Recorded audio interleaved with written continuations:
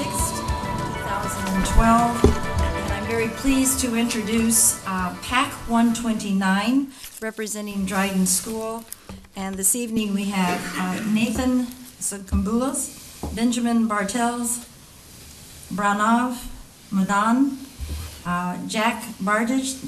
It's just the penmanship that's challenging me. Christopher Zimbulos, Brian Weiss, John Savoda, and they're accompanied by their leaders, Laura Zimbulos and Peter Bartels. Gentlemen, would you please begin?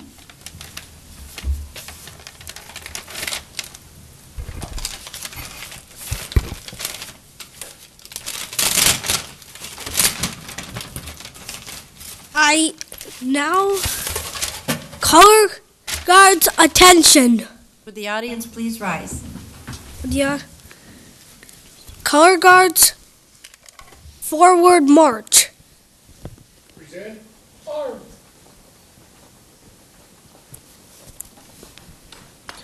Halt. Color guards post the colors.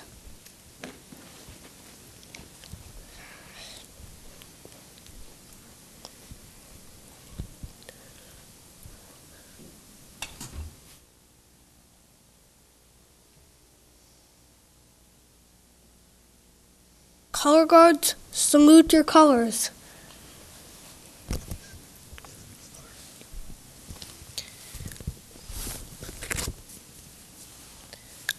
I now invite the audience to join us in the Pledge of Allegiance. I pledge allegiance to the flag of the United States of America and to the republic for which it stands, one nation, under God, indivisible, with liberty and justice for all. 2. Color guards, return to ranks.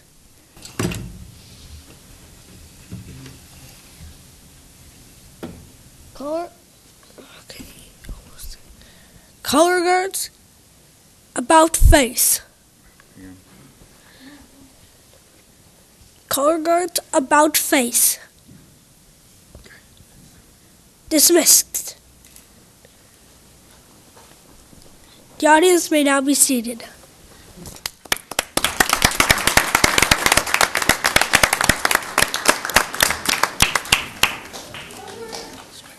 Well, thank you, Dryden School and PAC 129. I know they have a very active Boy Scout troop there, lots of Eagle Scouts, and it's a great organization. And I'm sure that our members of the military who have graced our meeting this evening in our audience will probably think back to at one point when they were about that size. And that flag is really big when you're that small. So again, I'd like to just welcome all of you for being with us, and I'd ask the clerk if she'd please call the roll. Trustee Sidor? Here. Trustee Blackwood? Here. Trustee Scaletta? Here. Trustee Hayes? Here. Trustee Rosenberg? Here. Trustee Breyer? Here. Trustee Glasgow? Here. Trustee Farwell? Here. President Mulder? Here. The first item on the agenda is the approval of our minutes. We're on item 4, and at this time I would like to make 2 announcements.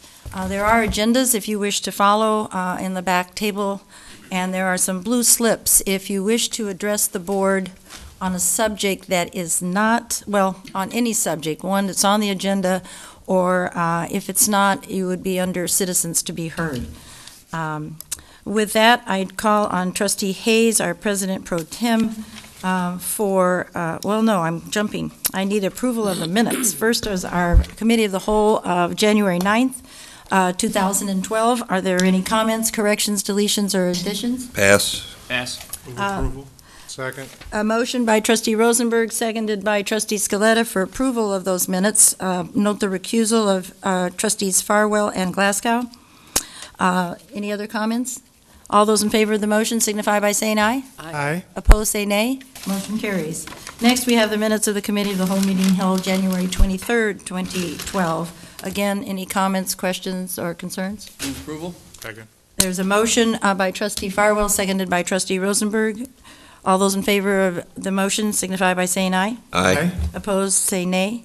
Motion carries. And next, and finally, for approval of minutes, we have the regular Board of Trustees meeting, which was held January 17th, 2012. Again, comments, corrections, deletions, or additions? Move approval. Second. Motion by Trustee Scaletta, seconded by Trustee Rosenberg. All those in favor of the motion signify by saying aye. Aye. Opposed, say nay. Motion carries.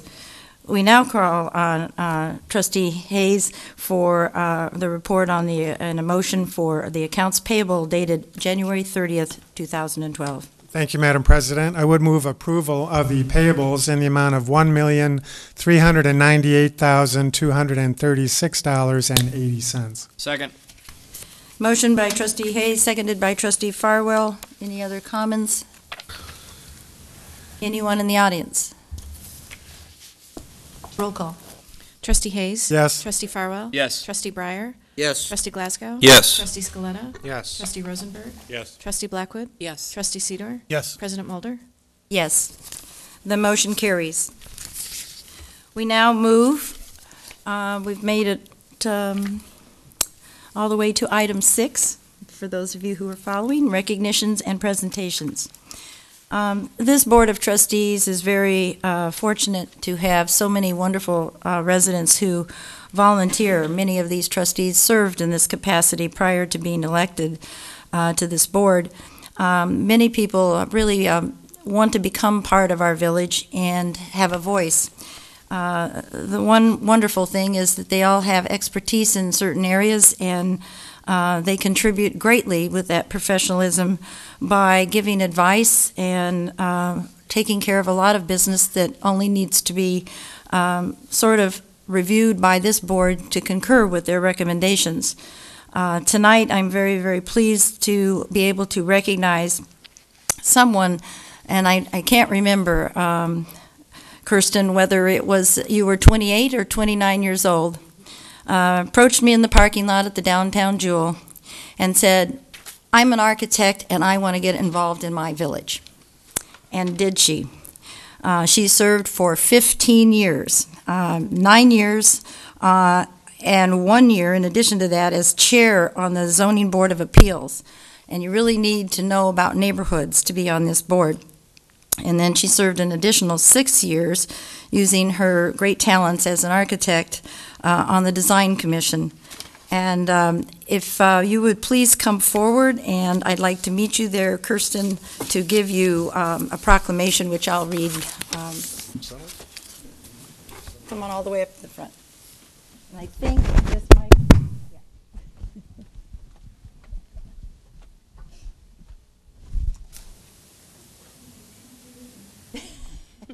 I'm not going to swear you in. We only do that with police and firemen. The Village of Arlington Heights really is very honored. I personally am honored to award the certificate of recognition to Kirsten Kingsley for your 9 years of service, as I indicated. Your dedicated participation enhanced the quality of life in our community. You deserve the highest praise of your impressive accomplishments.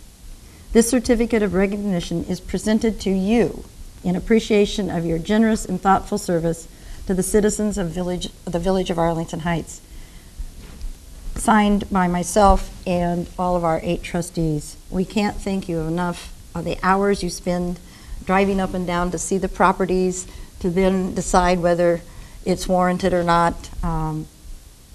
When you look, I hope you feel when you drive through our neighborhoods that you feel you've had a part in not only approving the right things and not approving the things that would have not been so nice, and the look of our community and our homes. You were very active in the tear-down issue and made sure we didn't have any more oopses than we did before we had a design commission. So I want to congratulate you and thank you. And would you like to have some, there it is. I should know Kevin never forgets. There you go. Anything you'd like to say? Well, it's been a good 15 years or 16, however many it has been. I've been through a lot in those 16 years, as you all have been. I enjoyed it immensely, and I hope I can serve the community in another way. But I really did enjoy it, and I enjoy the community. So thank you. You're not allowed to move. Let's all say very much, a very sincere thank you, Kirsten.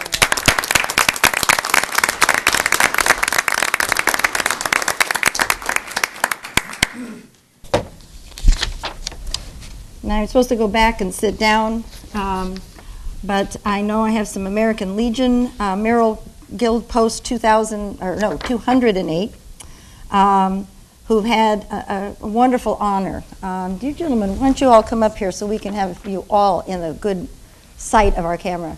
Let's give these gentlemen a hand.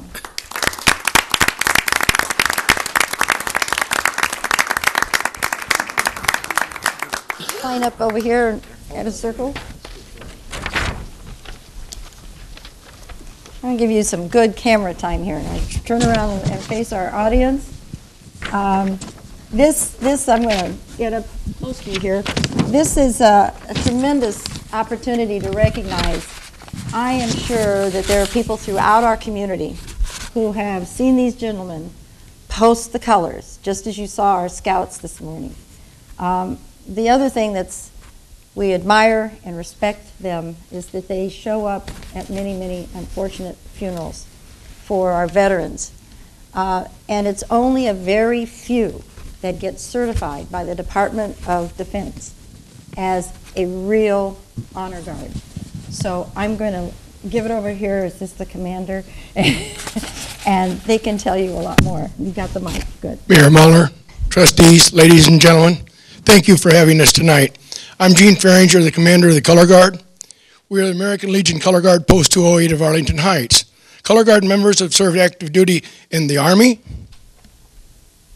Navy, Marine Corps, Air Force. Collectively, we have served over a period of 4 wars: World War II, Korea, Vietnam, Desert Storm. The Color Guard continues to honor our veterans in the community of Arlington Heights. Recently, we were asked by the Army Air Force National Guard to participate in our military funeral honors program. We accepted, passed their inspection as an honor guard, and were certified by the Department of Defense. At the present, we are one of only 2 units in Illinois. We will assist the active duty program by providing the rifle detail a 21-gun salute, then sounding the taps for our departed veteran.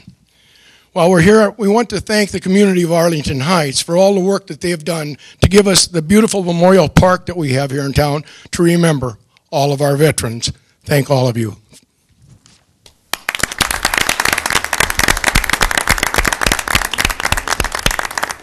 Thank you, and as you feel, I hope you all feel so very proud.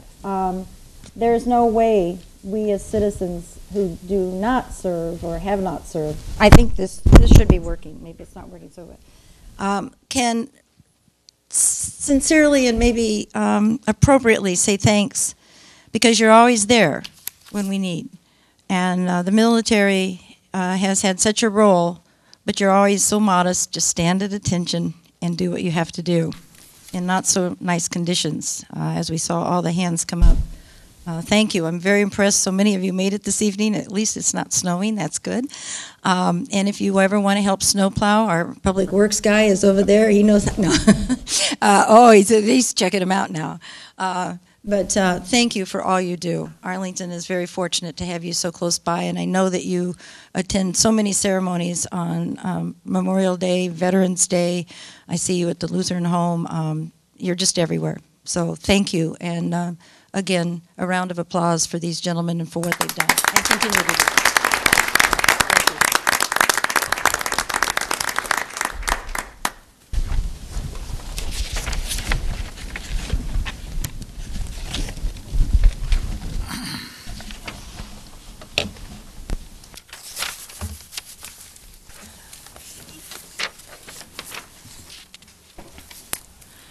As we move down to the bottom of our page 1, I'm very, very pleased to also recognize another group, a group that really help citizens who are challenged and are needing help.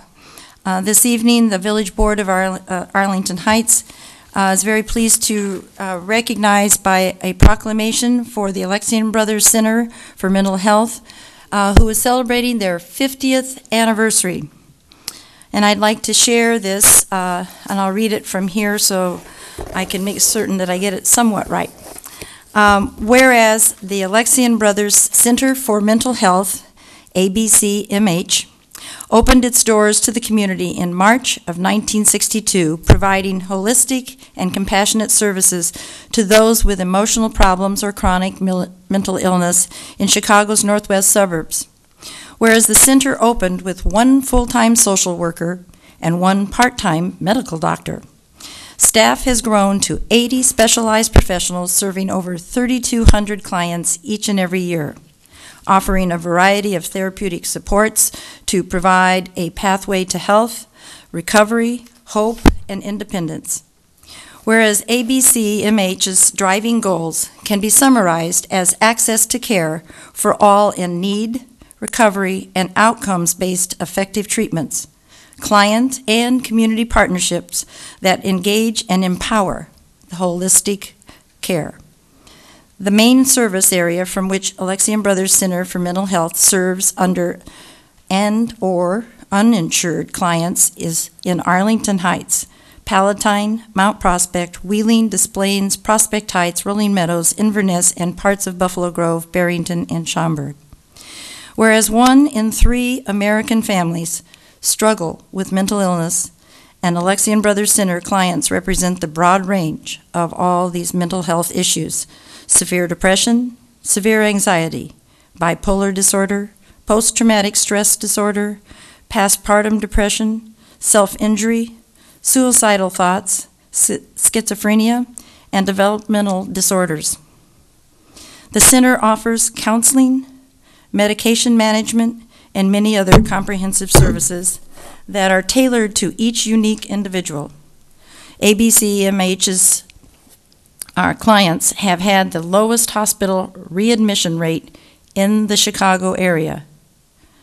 Therefore, I, Arlene J. Mulder, Mayor of the Village of Arlington Heights, along with the Board of Trustees, do hereby proclaim March 2012 as the 50th anniversary of Alexian Brothers Center for Mental Health, and with all sincerity, thank them for all that they have provided to those in the past, those in the present, and those who may yet to be diagnosed, and especially to all the residents of our village who you have helped. Signed, and if you would please come forward, I'd like to bring this down to you as well.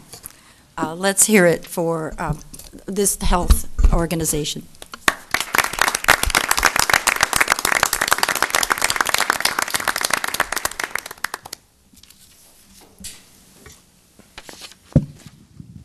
Who gets it?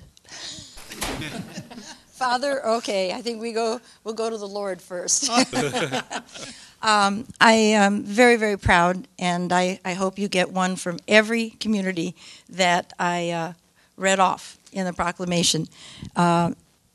Words don't express, and I'm sure the families that you've helped and the individuals you've helped would say much more. But your service is much needed. Challenges today cause a lot of us stress, and that stress sometimes develops into other things. So thank you. Congratulations on 50 years, and I'll try to be here for the next 50, okay? Sounds good. Comments? Thank you.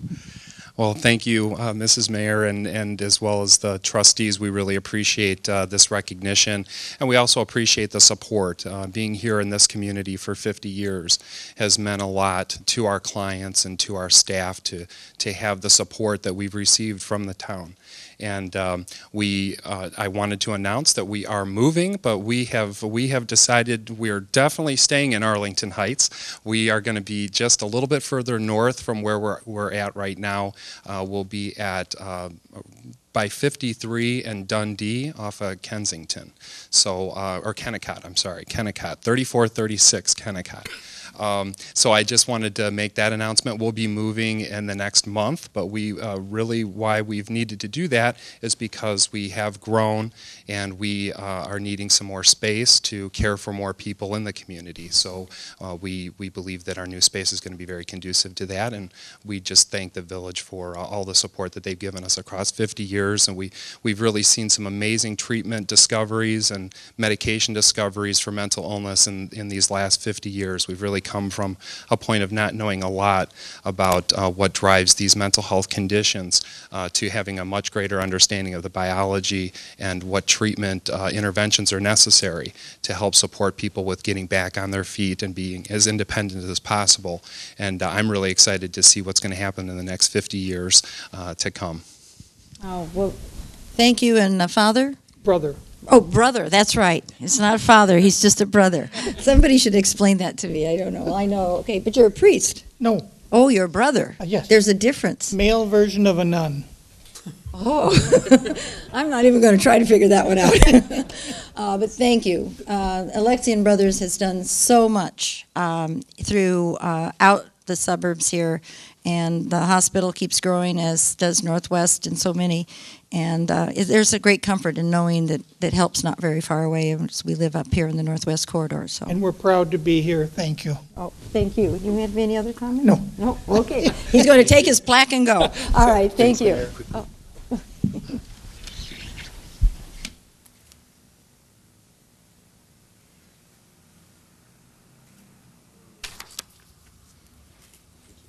Congratulations. Thank you. I'm sorry about keeping calling you father.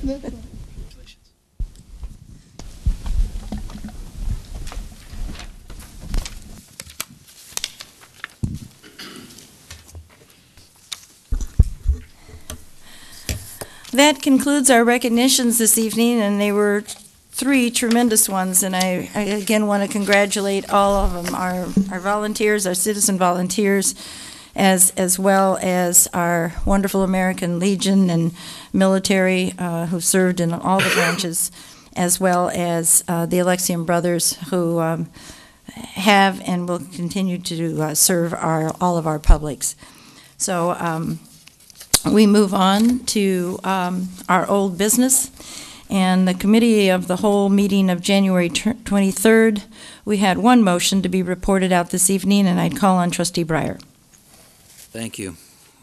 I will move this evening, as I did the night of January 23rd, that the Village Board continue the discussion on marketing strategy and have another Committee of the Whole meeting on that subject after hearing from the Arlington Economic Alliance. Second.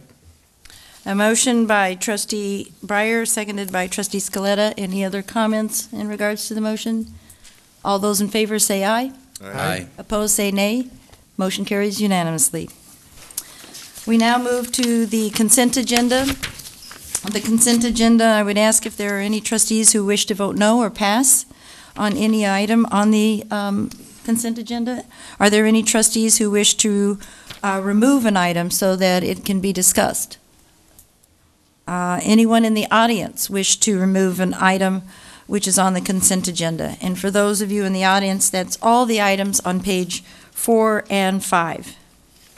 Move approval. Seeing no hands, I'll recognize the motion by Trustee Scaletta, seconded by Trustee Rosenberg, for approval of all the items on the consent agenda. Roll call, please. Trustee Scaletta? Yes. Trustee Rosenberg? Yes. Trustee Glasgow? Yes. Trustee Sidor? Yes. Trustee Breyer? Yes. Trustee Farwell? Yes. Trustee Blackwood? Yes. Trustee Hayes? Yes. President Mulder? Yes. Motion carries. We now move to page 6, item 12, new business. Mr. Dixon, do you want to make some opening comments, please? This is a development that many people have been waiting for, speculating on, and tonight we'll be able to have a presentation on the plans. So, Mr. Dixon? Thank you, Mayor. This first item is a proposed text amendment creating the Euclid Avenue Rolling Road Overlay Zone for the northeast corner of Euclid Avenue and Rolling Road. This basically establishes an overlay zone. The best analogy I can draw, and I hope it doesn't oversimplify or doesn't seem trite, is if someone was coming to your house for supper and they were bringing the meal, you would want to know how to set the table. And that's essentially what we're doing here. We are setting the table to enable a major redevelopment of this site to occur. The petitioner in this particular item is the village, and this went to the Plan Commission and received unanimous recommendation to the board for approval. Mr. Perkins, do you want to say anything, or should I invite the petitioner forward? Mayor, this is, as Mr. Dixon mentioned, the village's application to amend Chapter 28 of the zoning ordinance to create the overlay zone. And the next item will be the petitioner's presentation on their proposed development for this property. The overlay zone area would encompass approximately 25 acres, including the former Sheraton Coca Key Water Park property, the vacant outlot right at the corner of Rolling Road and Euclid, and the vacant parcel on the east that has frontage on to Salt Creek Lane.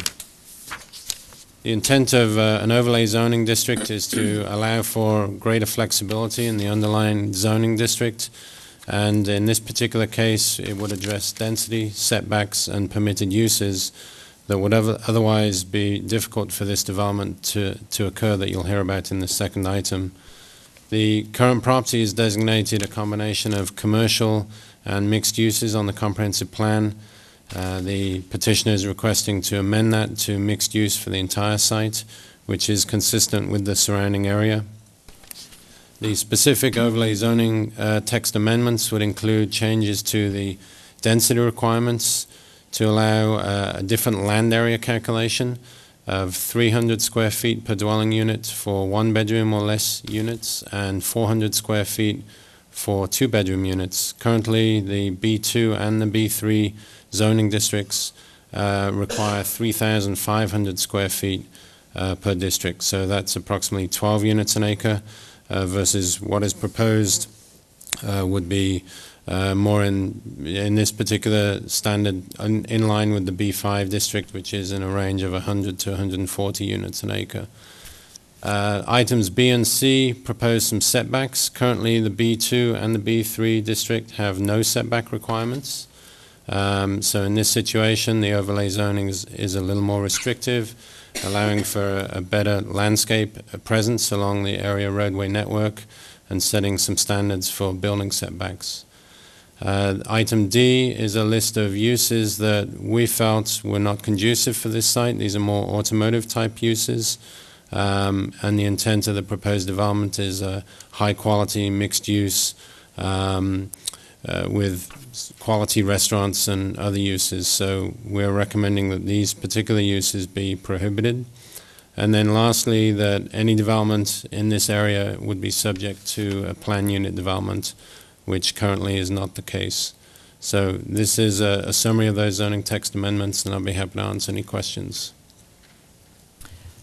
Questions, Trustee Rosenberg? Charles, if one of the hotels wish to have like a car rental desk inside that had cars, would this then preclude that? No, that would allow car rentals. Originally, one of the original proposals, we were proposing not to allow car rental, but that changed with some of the proposals from the developer.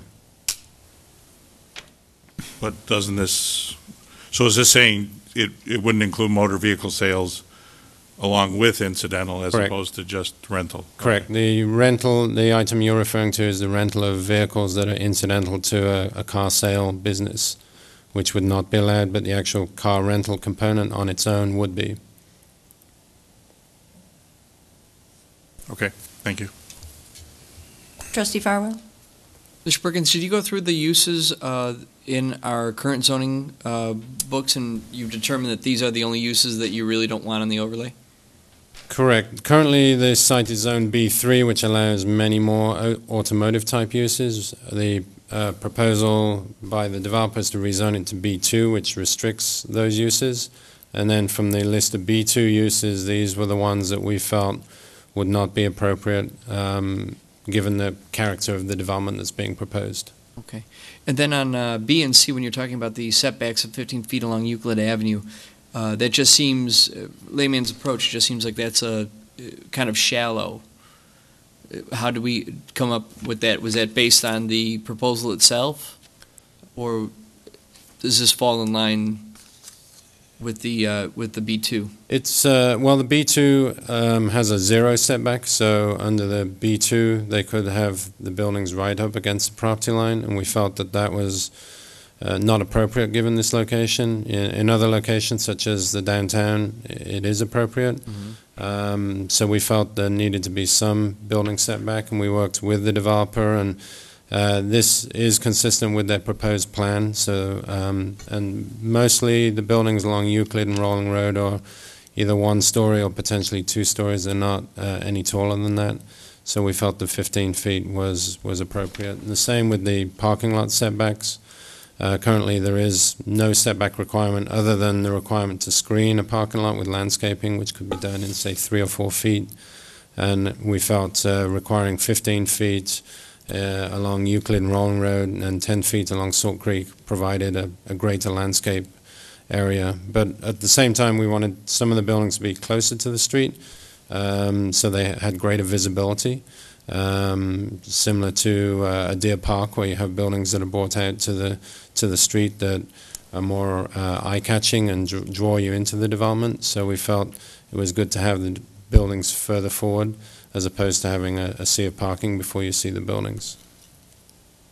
On some developments that have the buildings more toward the street itself, it seems as though sometimes the back of the resident or the back of the retail faces that street. You even get it a little bit on Arlington Heights Road with the Panera is kind of behind. You know, we're looking at the behind of Panera and what have you. What are we anticipating in this particular development? What will be facing the street? Are we looking at, giving me an idea of what the developer might consider? Are we looking at just like the backs of the stores with some display windows, or is this going to be more of a front of the store? Is this not? Will there be a sidewalk in front? We're still discussing, the sidewalk network, and there's some recommendations on dealing with that as they move forward to the final PUD approval. The buildings have been really well thought out. They've gone through design commission on a couple of occasions. In some cases, there will be display windows. They will have, doors for emergency exit, things of that nature. But a lot of care has been taken to go to attention to the details so that, those aren't back door of the buildings. They look like the front of the buildings, even though technically they're not. So there's been a lot of discussion on that, and a lot of effort to make sure that that is designed as well as the other sides of the buildings. And you'll see that in the second presentation. Okay. Just to give us a point of reference, what's the backdrop or the setback from, say, the shopping center that is the small strip center that is to the east of the property, several parcels, say the green space before the parking lot? You're referring to the northeast corner of Salt Creek Lane and Euclid? Exactly, there you go. This shopping center is set back as you would typically see a strip retail center.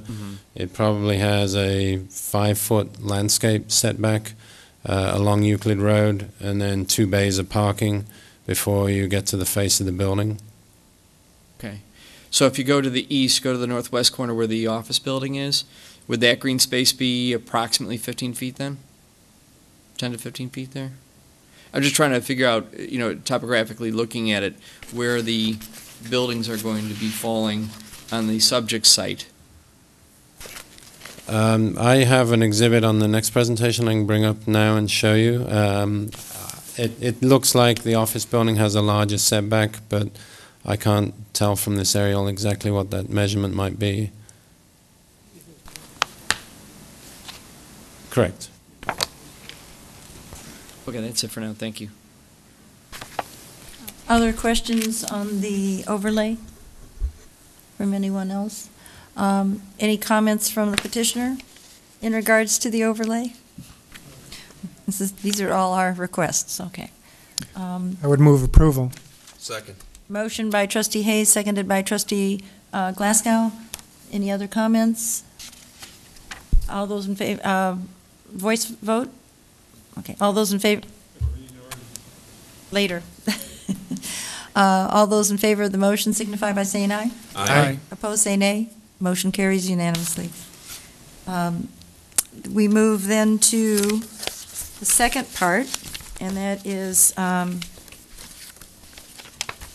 the development at the 3400 West Euclid Avenue, commonly formerly known as the Sheridan property.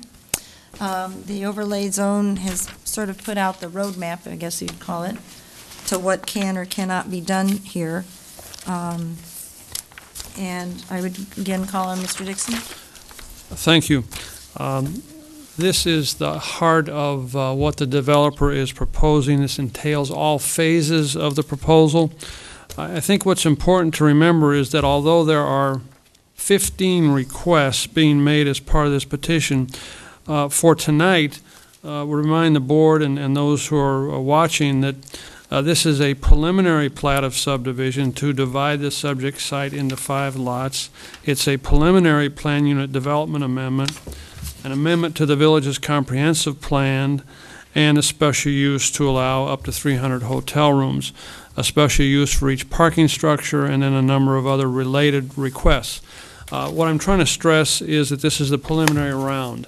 Since this is a plan unit development, the board will see this twice, this project. You'll see it, actually you could argue you'll see it 4 times, because you'll see it as a preliminary plat and all these other preliminary things, then there will be an ordinance. Then a significant period of time will pass most likely as things are finalized, and it will come back to the board as a final PUD and then the final ordinance. So with that as an overview or introduction, I would turn it to Mr. Perkins. If I could just clarify something, because I think I heard you say a maximum of 300 hotel rooms, and these are rental apartments? No, but we're talking the entire project. Oh, the whole project. And okay. you'll see that item 5 is a special use to allow up to 300 hotel rooms in Zone B. So tonight, you're looking at the total project, even though it will be built in phases. Mr. Perkins? Thank you, Mayor. Mr. Dixon, very briefly, I just want to touch on a couple of things and then as quick as possible let the developer present their project. We are very excited to have this project before the board. It's a really unique opportunity to redevelop a key corner in Arlington Heights. As the board is aware, the Sheraton Cocoa Key Water Park closed a little over 2 years ago. We worked very diligently trying to encourage other purchasers to acquire the property, and then when this purchaser got the property under contract, we've worked extremely hard with their team, and the development plan has evolved over the last few months from what you saw at early review. And with that, I'd just like to have the developer make their presentation, and then both Bill Enright and myself who've worked with the development team, we're here to answer any questions that the board may have. Thank you. If each of you, when you come up to speak, I'm sure that you were trained at the Plan Commission to give your names so that we can make certain that we get it correct in the minutes. Hello, Madam President, members of the board. My name is Jeffrey Brayman, B-R-A-I-M-A-N, an attorney in Arlington Heights, and I'm proud and excited to be here on behalf of Arlington Devco LLC and Argent Group. As your staff has stated, this is a project on basically the northeast corner of Rowling and Euclid, the former Sheridan property. 25 acres that my clients intend to develop. First, what I'd like to do first is to thank staff. You're very fortunate. This has been a process, been ongoing for almost a year, and my clients have indicated to me that from the beginning that your staff has been very, very helpful in getting information about the property, about the traffic counts, et cetera. And since we made the application, your staff has been wonderful. They've held our feet to the fire. They've made us prove our variations, stuck to it, and I think as a result, it's going to be a better project. In fact, I was very impressed by the work that they did in compiling the report for the Plan Commission, which I assume you have all read. Very impressive, and I'm sure some of you have been in other villages and know that that's not normally the case, and you should be very proud of what your staff has done, and we're thankful for it. The proposal is multifaceted. Obviously, it's a rehab and conversion of the hotel, from the hotel to high-end apartments. There's also additional proposal that once that's built and occupied, to build additional apartment buildings. There's a proposal for approximately two limited service hotels, which we believe is appropriate in this market, in this economy. We are going to be retaining the water park. There'll be a new vendor in there, and we're excited about that. And there will be a commercial outlets along the south and the west end, which we think will bring in significant amount of revenue and taxes to the village, as will the hotel uses as well. I know in the process, through staff and through the Plan Commission process, there were a number of conditions and items that were brought forth. My clients have reviewed all those and are in full agreement with all those conditions. And with that, what I'd like to do is turn it over to one of the principals, Carl Grosbeck, who will identify more of the project and explain those things and answer some of your questions. Carl?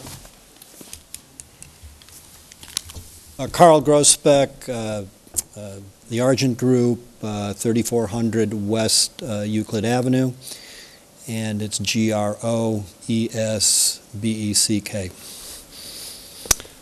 Good evening. The last time we were before this board was in August for the preliminary review of what we like to call Arlington Downs. As Jeffrey mentioned and Charles had mentioned, just over 2 years ago, the hotel and Cocoa Key Water Resort shut down due to economic conditions which were they just could not meet. Today, we're happy to be on what we hope is the final leg of the beginning of this project, which is to get to a preliminary approval of the PUD and our plan. We've worked very closely with your staff, as Jeffrey mentioned, but I really want to once again just reiterate that Charles' staff, Bill, who's here, and Matt and Afshka, as well as every single department that has reviewed our plan has really stepped up, helped us tremendously get through this process in what we think has been a very short time, even though that sometimes 6 months seems like a long time. But in fact, we think that the project will be much more successful for that. And right now, I'm going to wish that my IT guy was up here, because I don't know which button to push to get this started. There we go. Arlington Downs is on the site of the former Sheraton and Cocoa Key Water Resort. The principal center of the development is to take the iconic tower, which was built in 1968 and was a full-service hotel, into a residential rental tower of distinction, combine that with a retail and hotel environment and reopening the water park that allows for a almost urban mixed-use development as the gateway to Arlington Heights, and the structure that has stood there for so long as the Sheraton Hotel, and before that the Hilton, we believe can be turned into a marvelous rental building which will attract good tenants, good neighbors, and place it in an exciting context with fine retail and two very nice, we hope eventually 2 nice hotels, and reopen the water park but separate it from the residential so that it has not only a new identity, but it is a wonderful amenity for all of Arlington Heights. The tower will have between 187 and 200 apartments, although we're still going through the unit mix. There'll be studios, 1 bedrooms and 2 bedrooms. We feel that there is a very strong rental market that's appearing both nationally and locally. We feel that this use of this hotel not only will make the site extremely attractive, but it will start to generate the kind of excitement that retailers are looking for, which will lead us into a strong retail environment. The first phase of the hotel, we hope to get started as soon as we finish the hurdles here with the planned unit development and we can get permit drawings into the city. And we would hope to be able to have it open a year after we submit our first permits. This tower is going to have a very strong amenity package at the roof. That pool that you see is actually a spool. It's only about 18 inches deep. It's a social gathering point rather than some place to do laps. We will, in the base of the tower, hopefully have a health center which will accommodate some of the stronger athletic desires of our tenants, but will be open to the general public, and we are working with a number of health club operators now to bring them into the mix. The tower will also have a small, about a 5,000 square foot restaurant in its base. And you're seeing images right now of the amenity floor of the tower. And as we go down to the ground, you'll see that the red awnings there, we plan to have as much open air outdoor space available for use by the retailers as possible. The return of the hotel and the water, of a limited service hotel, which we hope to be a Fairfield Inn under a Marriott flag, will start at 108 keys. We're hoping to actually move that up to 140 keys in the first phase. A total of 300 hotel rooms is being asked for. The difference in the buildings will be just the difference between what we can put in the first phase and what will come in a second phase. There'll be two slightly different orientations. The first hotel is really while limited service and will have also a slight bent towards extended stay over the weekends for the water park. The second hotel will be slightly more business oriented. In total. One of the key features that we are looking at in each of these programs is that to take as much of the parking as we can and enclose it in some form or fashion. For the tower, the residential rental tower, we are putting the majority of the parking in the old basement of the convention center, and while we're expanding it a little bit and changing shape, to it, this takes an awful lot of pressure off of the site. We are planning to do similar things for the hotel zone. The water park will be reoriented towards the west. There will be a new family entertainment center. There will be 2 or 3 new rides in the water park. We have been very fortunate to gain a partner in water management. Water Park Ventures Limited, these the same people that operate the Wilderness Water Park up in the Dells. They have projects in I think Chattanooga and several other parts of the country. They have one of the finest water park resorts in the Dells, and we think are the class of the field. Where are we going? This is the second hotel, which is right now at 192 rooms. That hopefully will reduce slightly as we gain more in Hotel 1. Much of the architectural distinction that we do have our whole design team here to answer any questions, but we are truly looking to the racetrack for some of the inspiration for what we're doing. And we think that by bringing that vocabulary onto this site, and we have gone through this with the Plan Commission and the Design Commission at great length, but we feel that this will not only help us adapt the tower to a more gracious lifestyle that we're planning here, but it will also be of great distinction for the retail and the hotels. It will give everything not only a fresh look, but we think it will become iconic for years and years from now.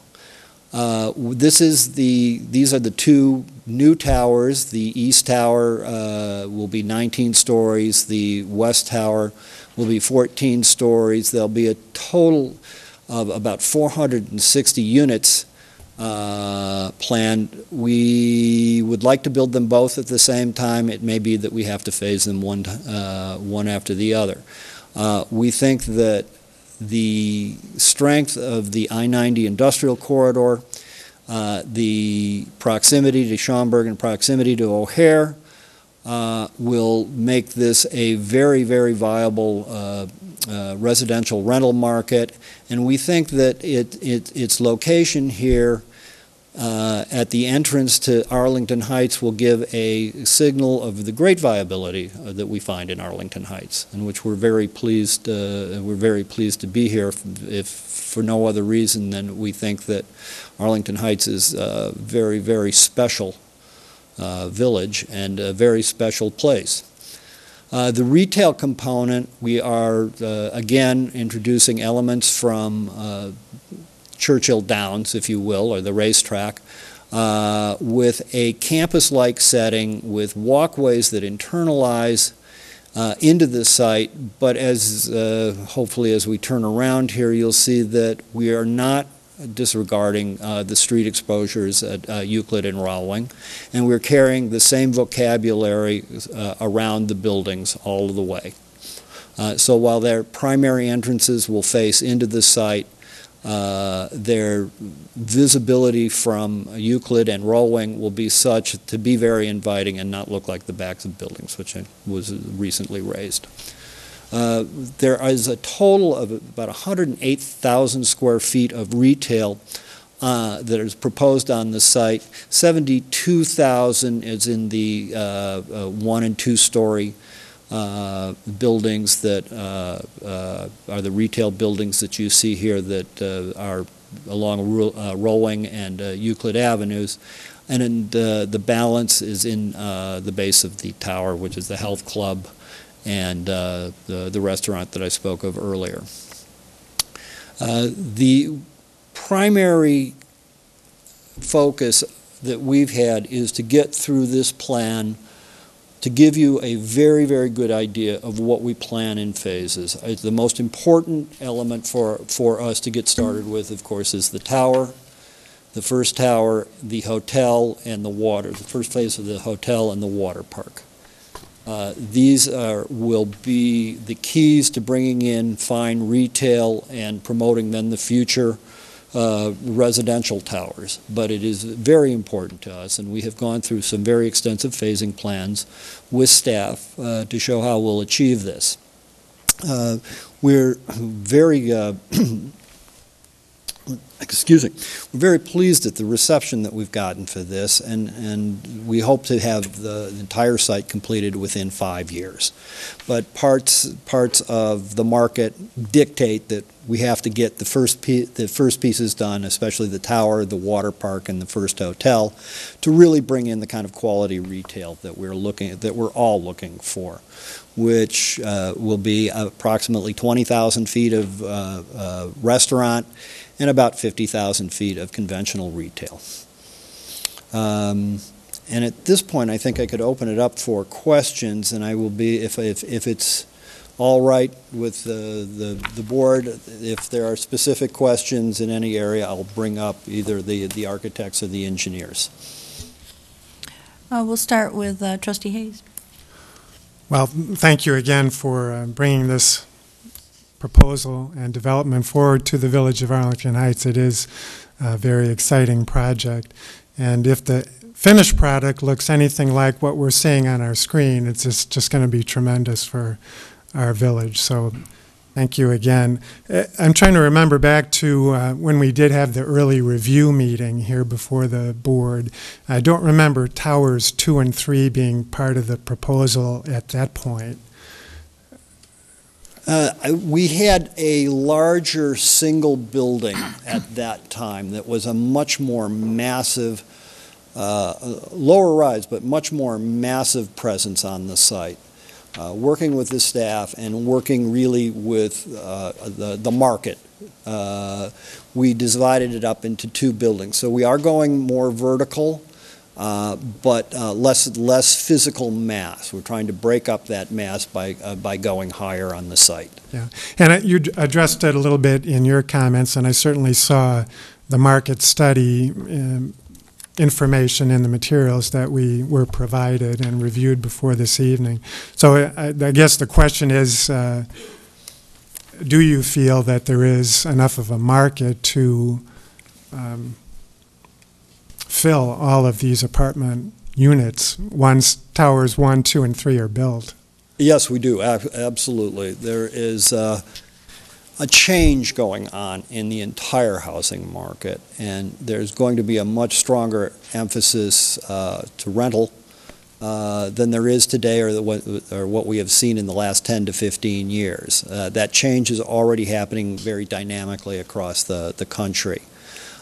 We hope to attract a great deal, not only local residents, but a great deal of the transient employment base that comes out of the I-90 corridor. There are very good indications that there just have not been any high-quality rental properties built in the last 15 years. In that case, we would hope that by creating what we think will be the highest quality rental product in the northwest suburbs, that it'll be a model for further future development in Arlington Heights of this high standard. Can you just address the difference, if any, between the amenities and the price points for the units in towers 1, 2, and 3? Will they be all essentially the same, or will there be a difference in towers 2 and 3? There'll be different unit mixes in towers 2 and 3. And part of the phased concept is that as we understand the market for the studios, 1-bedrooms and 2-bedrooms that we're planning for Tower 1, Tower 2 and Tower 3 will be adjusted accordingly. We're fixed on a unit count. We're not quite fixed on the bedroom count. And in looking for the amenities will be very similar for each building. There may even be enhanced and some combined facilities in towers 2 and 3. The idea of individual weight rooms, a little business center, amenity rooms, party rooms, outdoor and indoor environments for both exercise and relaxation, things that we are planning in the apartments, which will be much more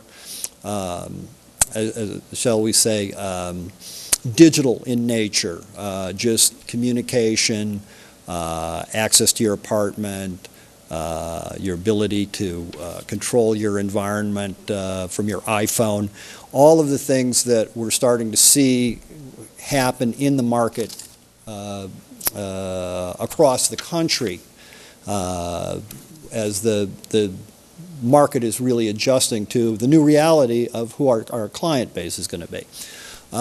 So we're planning a lot, but I think the big difference is going to be really the unit mix and how we're adjusting to the market. And we have an affordable rental program. If we reach certain amount of market penetration and we can build, we have to accommodate a certain amount of affordable housing then in phases 2 and 3.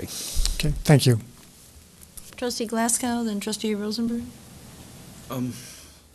I see that you guys, this is not your first project. No. What other projects have you worked on in the area? Well, my primary focus has been developing about pretty close to 10,000 condominiums over the last 12 years in the city, all of Museum Park, all of the Montgomery Ward's buildings along the river that have been either renovated and restored or new towers. Quite a bit in the residential market and the retail market. Both And these mixed are all in use and Chicago? primarily in Chicago. Although I have to tell you, I grew up as a city engineering assistant in the city of Wheaton for about 7 years, so I have some suburban creds. From your market study, it seems that you have a very good feel for not only Chicago, but for the northwest suburbs as well, through the amount of material you gave us. I have a question for Mr. Perkins. The Sheridan and the loss of the Sheridan was a huge financial blow to the village. Do you have any kind of estimation as to the income that will be gleaned to the village from all the zones involved in the overlay? Through taxes, real estate taxes, sales tax, etc.? Trustee Glasgow, that was one of the things that we looked at, and early on we made the developer very aware of our concerns of the lost revenue of the Sheraton Cocoa Key Water Park, where on average we were receiving about $570,000 a year in revenue taxes, non-real estate taxes. The proposed development build-out would generate about a little over $1 million in sales revenue taxes, hotel, motel taxes, things of that nature. And then it's about $4.2 million is the estimate in real estate taxes to all of the taxing districts. Not including the additional sales taxes, so $4.2 million just in property taxes alone? Correct, and then approximately $1 million in sales, food and beverage taxes to the village. Okay. This is a gateway to Arlington Heights, as you made very clear, and I appreciate and respect that. One of the questions that I wanted to make sure you guys are in this for the long haul. I don't want to see, Zone A be developed and then all of a sudden we throw up our hands and say, we're walking away from this. This was one of the reasons I asked the initial question of what other projects you've been involved in. I assume that you've got plenty of financing and you've already gone and jumped through those hoops for this particular project. We're still working on all of that, but yes, we have. That's what I assumed. You, as Mr. Bremen ended up saying, you agreed to all the conditions. There was an extensive hearing at the Plan Commission. I'd like to make a motion to approve, but before I do, I'd like to applaud staff for all that they've done.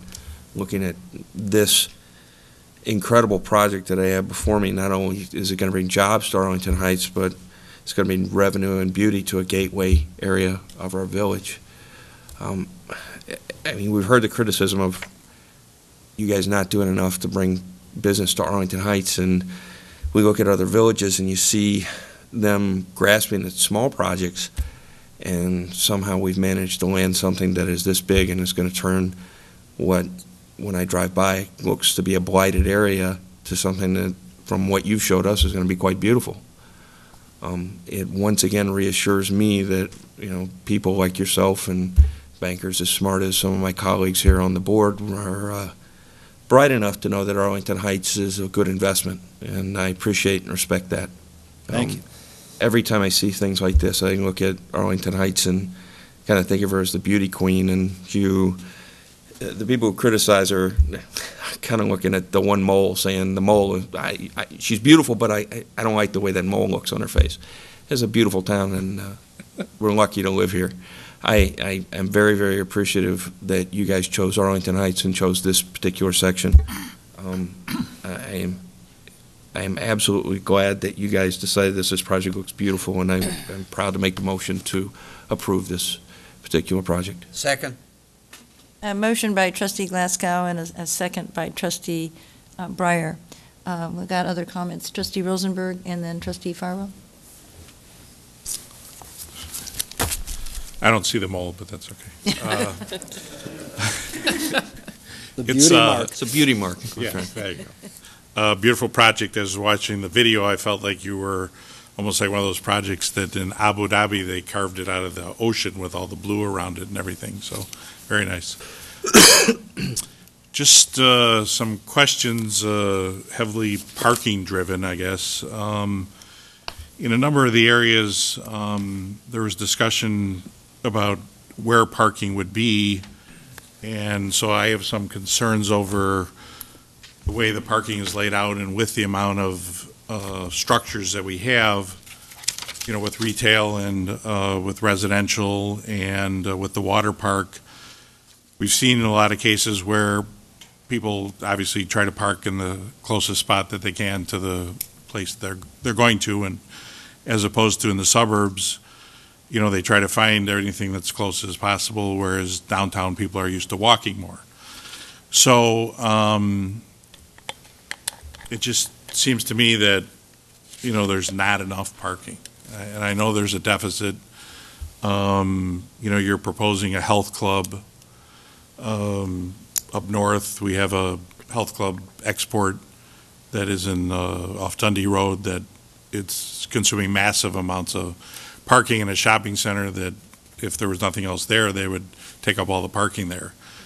Fitness 19, that when people are there on Wilkie and Campbell, they use a lot of the parking. So I envision if you have that in the first floor of the residence area of Tower 1, that a lot of the parking that's going to be closest will be used and at all hours of the day and night as far as that goes.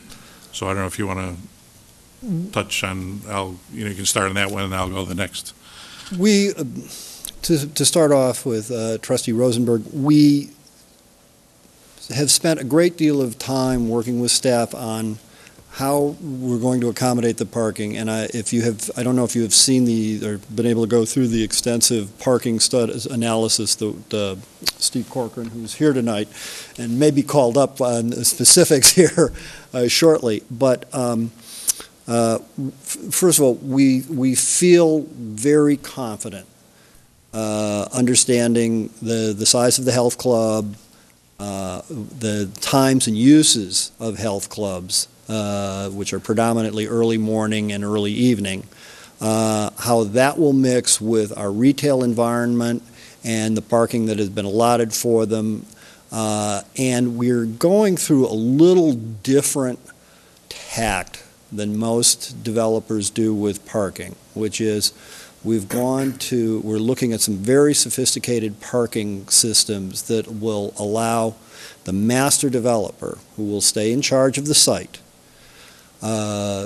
to steer, if you will, or organize parking so that we'll know when parking is available in our underground garages, where it will be, rather than giving you as a resident a specific parking place underground. You'll have a range of places that will show up that'll tell you where you can go park, where parking is available. But it'll also be indicative to people who are coming in for the health center and coming down into the garage to share some of that parking, so that we don't have the kind of confusion that you see a lot of times in big shopping centers. And the reason to do this is not only for the efficiency, but it helps us control the site better. It allows everybody to work together more harmoniously to make sure that parking isn't a problem over time. We all know that there are always going to be incidents. But having studied it very, very, very closely, we feel confident that we can take care of those peak times.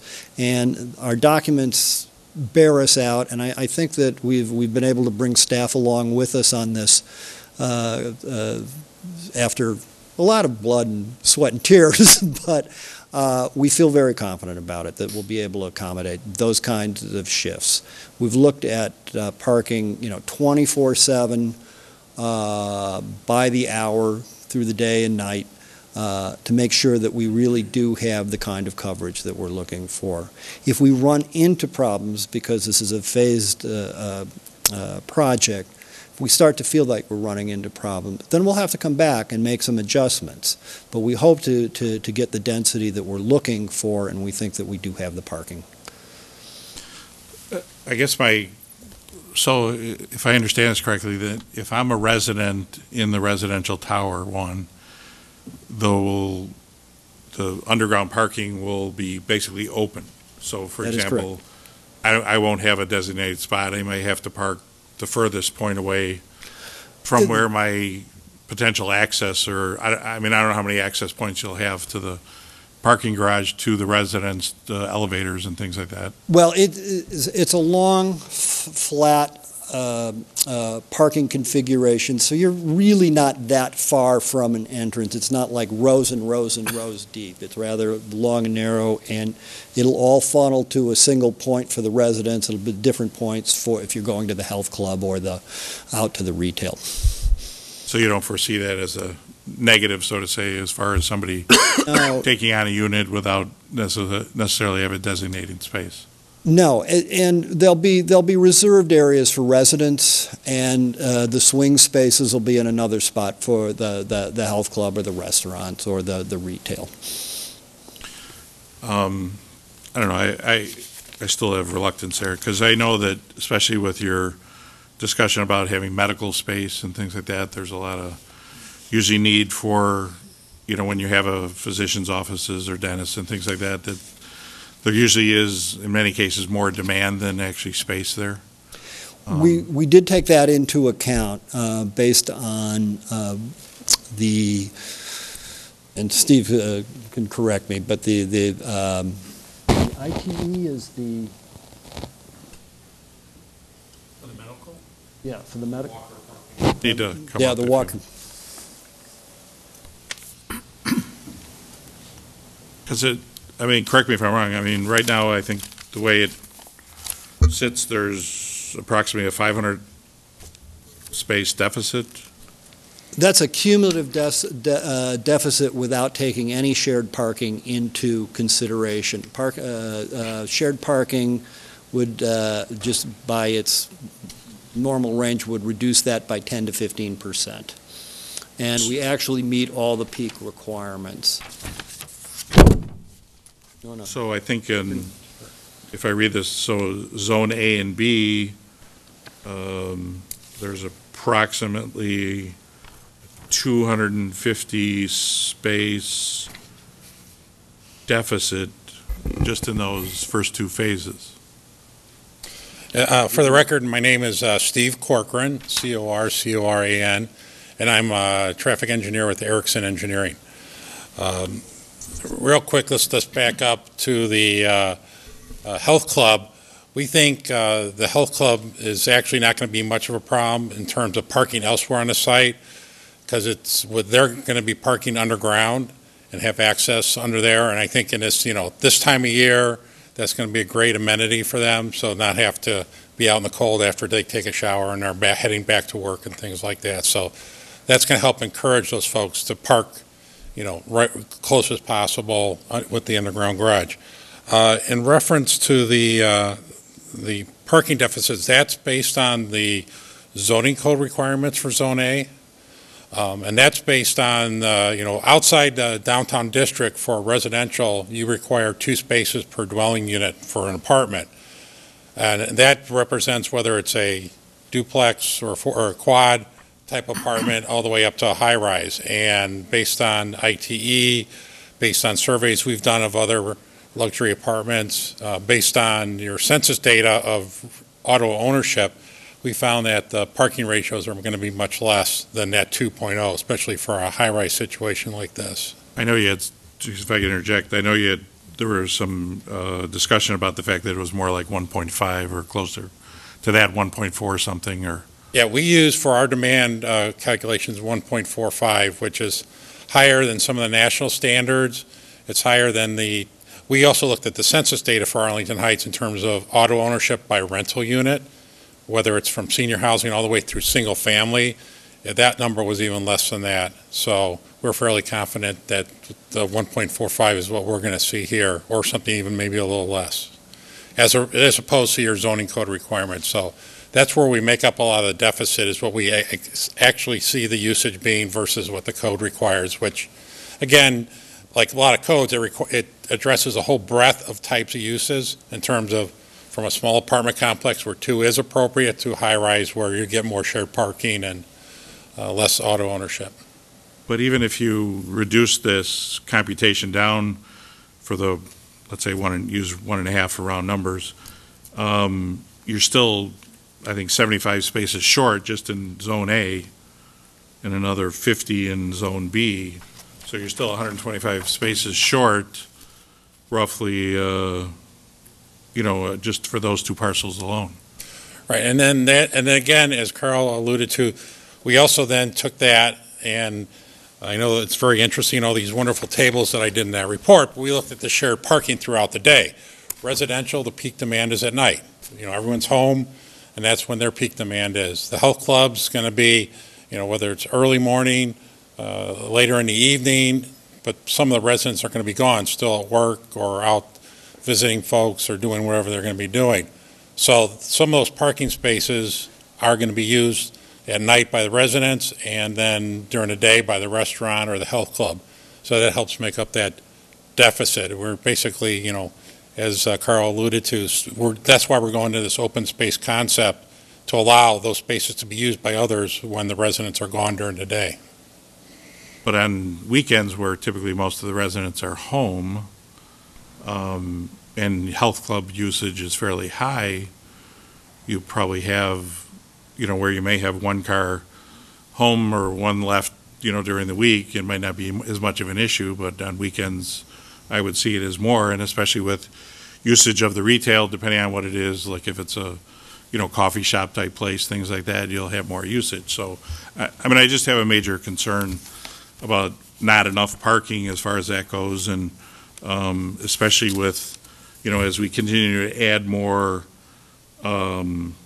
residential to the space, it just means more parking needed as far as that goes.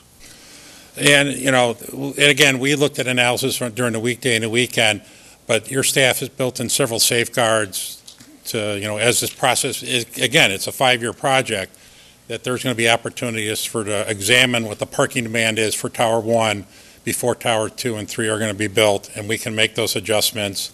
And with the master developer managing the parking overall, they also have various tools that they can use to manage any deficits and build, whether we need more parking spaces, we need to limit the number of cars owned by leases, for example, for the apartments. They have an opportunity to implement those and keep things under control. Because it's in everyone's interest to make this parking work.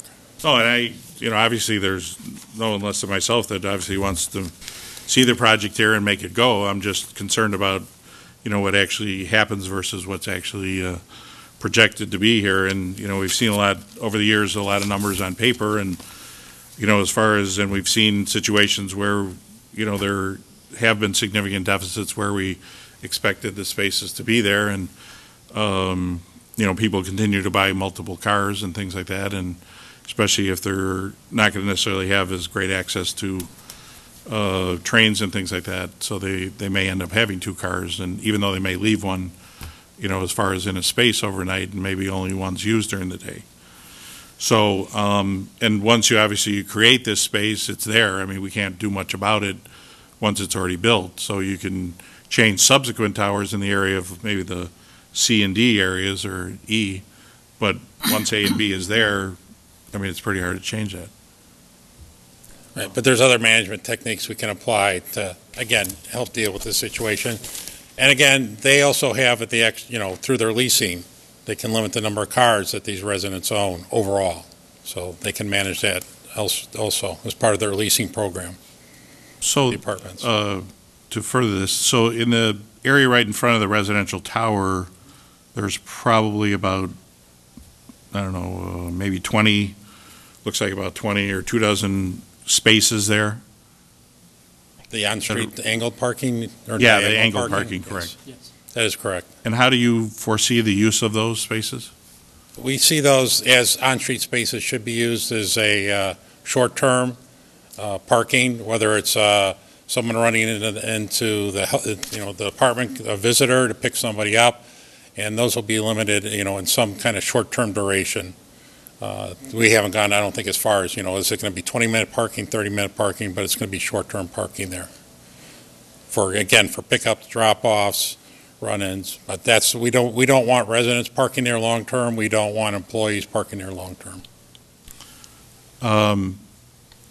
There was some mention that the employee parking for all the facilities would be parking somewhere in the track area, near the track area. Could you identify where you envision those employees to park? I thought that was mentioned in the minutes. You mean the racetrack? I thought it was mentioned somewhere, unless I was wrong. As that- part of the lease, yeah, that employees can't park there. Yeah, You're that right. that employees would be parking somewhere kind of off-site or something, that they would have to walk? Trustee Rosenberg, there is a condition that we want them to include in the lease that employees cannot park in Zone D, which is the zone right with all the restaurants and retail, and that employees could park in the underground garage in Zone A or in the underground garage in Zone B. There are also a number of other safeguards that we are recommending. One, that they, prior to final PUD approval, that the developer work with us to look at the area just to the northeast of the water park, and I'll try to highlight it, this area here, to maximize parking, both surface parking or the ability to add perhaps a one-level deck if there were parking issues in the future. And then one of the other safeguards is that prior to the issuance of a permit for any of the residential in Zone C, the developer will have to provide us occupancy and parking counts for the Zone A tower. And if parking ratios are greater than 1.45 spaces, they will either have to reduce density in Zone C or increase the parking count in Zone C. And then lastly, if I can just comment on the parking ratios of 1.45, we did ask the developer to do studies of other similar apartments in the suburban area, which they did. It's in their study, and based upon, I think, 6 apartment complexes that they looked at, the average parking ratio is 1.39 spaces. One of those was Avalon Bay that they looked at in downtown, which we're very familiar with. They park in the Village's parking garage, and they're parking at less than 1.1 spaces per unit now. That's in a downtown setting, so we asked them to discount that, and even when they discounted that, the ratio is still about 1.36 spaces per unit. So, we feel with these safeguards and the shared parking concept, the different peak demands of some of these uses, there's enough safeguards in place to monitor it as the development is built out in phases. And then lastly, we had recommended a maximum of 20,000 square feet of conceptual approval for restaurants. Initially, the developer was seeking 30,000 for the very reason that it was showing up some projected parking deficits, especially at 7 p.m. In the evenings. And those restaurants, each restaurant will have to come back to the village, so each time a restaurant comes for a special use, we will have the chance to analyze the parking at that particular time, again, for that restaurant. Charles, what is out of that 20,000 square feet of restaurant space, what would be the typical number of employees that would be in there, roughly? Let me take a look. That's probably in the study. Depends on the type of restaurant. Right, but I'm just saying that, with all the retail and restaurant and everything, there's a lot of employees there, and the health club and things like that. So, while Charles is looking, maybe you can answer another question on detention, water detention. I know that's not Mr. Carr. So, as far as what we've Don't go too far away, Mr. Parking. There's a front row seat there. What we've provided for as far as water detention, as far as in light of some of the recent rainfalls that we've had and everything to protect ourselves? We are working on placing all of the detention at this time on site. If everything comes to fruition, we actually have capacity in the park. There is a detention pond that when this was first permitted that met at 1985? In 1982, when the industrial park was permitted and subdivided, a portion of this site was actually taken care of in that iteration in a pond that's on the park. Now, that did not meet today's Arlington Heights standard. It met what was then the Metropolitan Sanitary District's standard. So we're moving up to today to meet the Arlington Heights Village standard, which is higher than the Water Reclamation District's standard. And what we're doing, which was done very similarly at Randhurst, in its reiteration, we're taking a portion of the basement of what were convention facilities and selling, cutting it into cells, water cells, and we'll be able to retain all of the water normally that would have gone into the pond, and then plus the difference now between the 1985 standard and today's standard, and be able to retain all of it on site. So it actually will significantly decrease or increase, I should say, the amount of retention capacity in the whole area by quite a bit, because we'll be relieving the park out of about 4 or 5 acre feet of water, which is about 200,000 to 300,000 cubic feet of water. Because I know there was mention about having some of the detention go into the Salt Creek area. Was that still going to happen? Well, it all eventually releases, I think, into the storm system.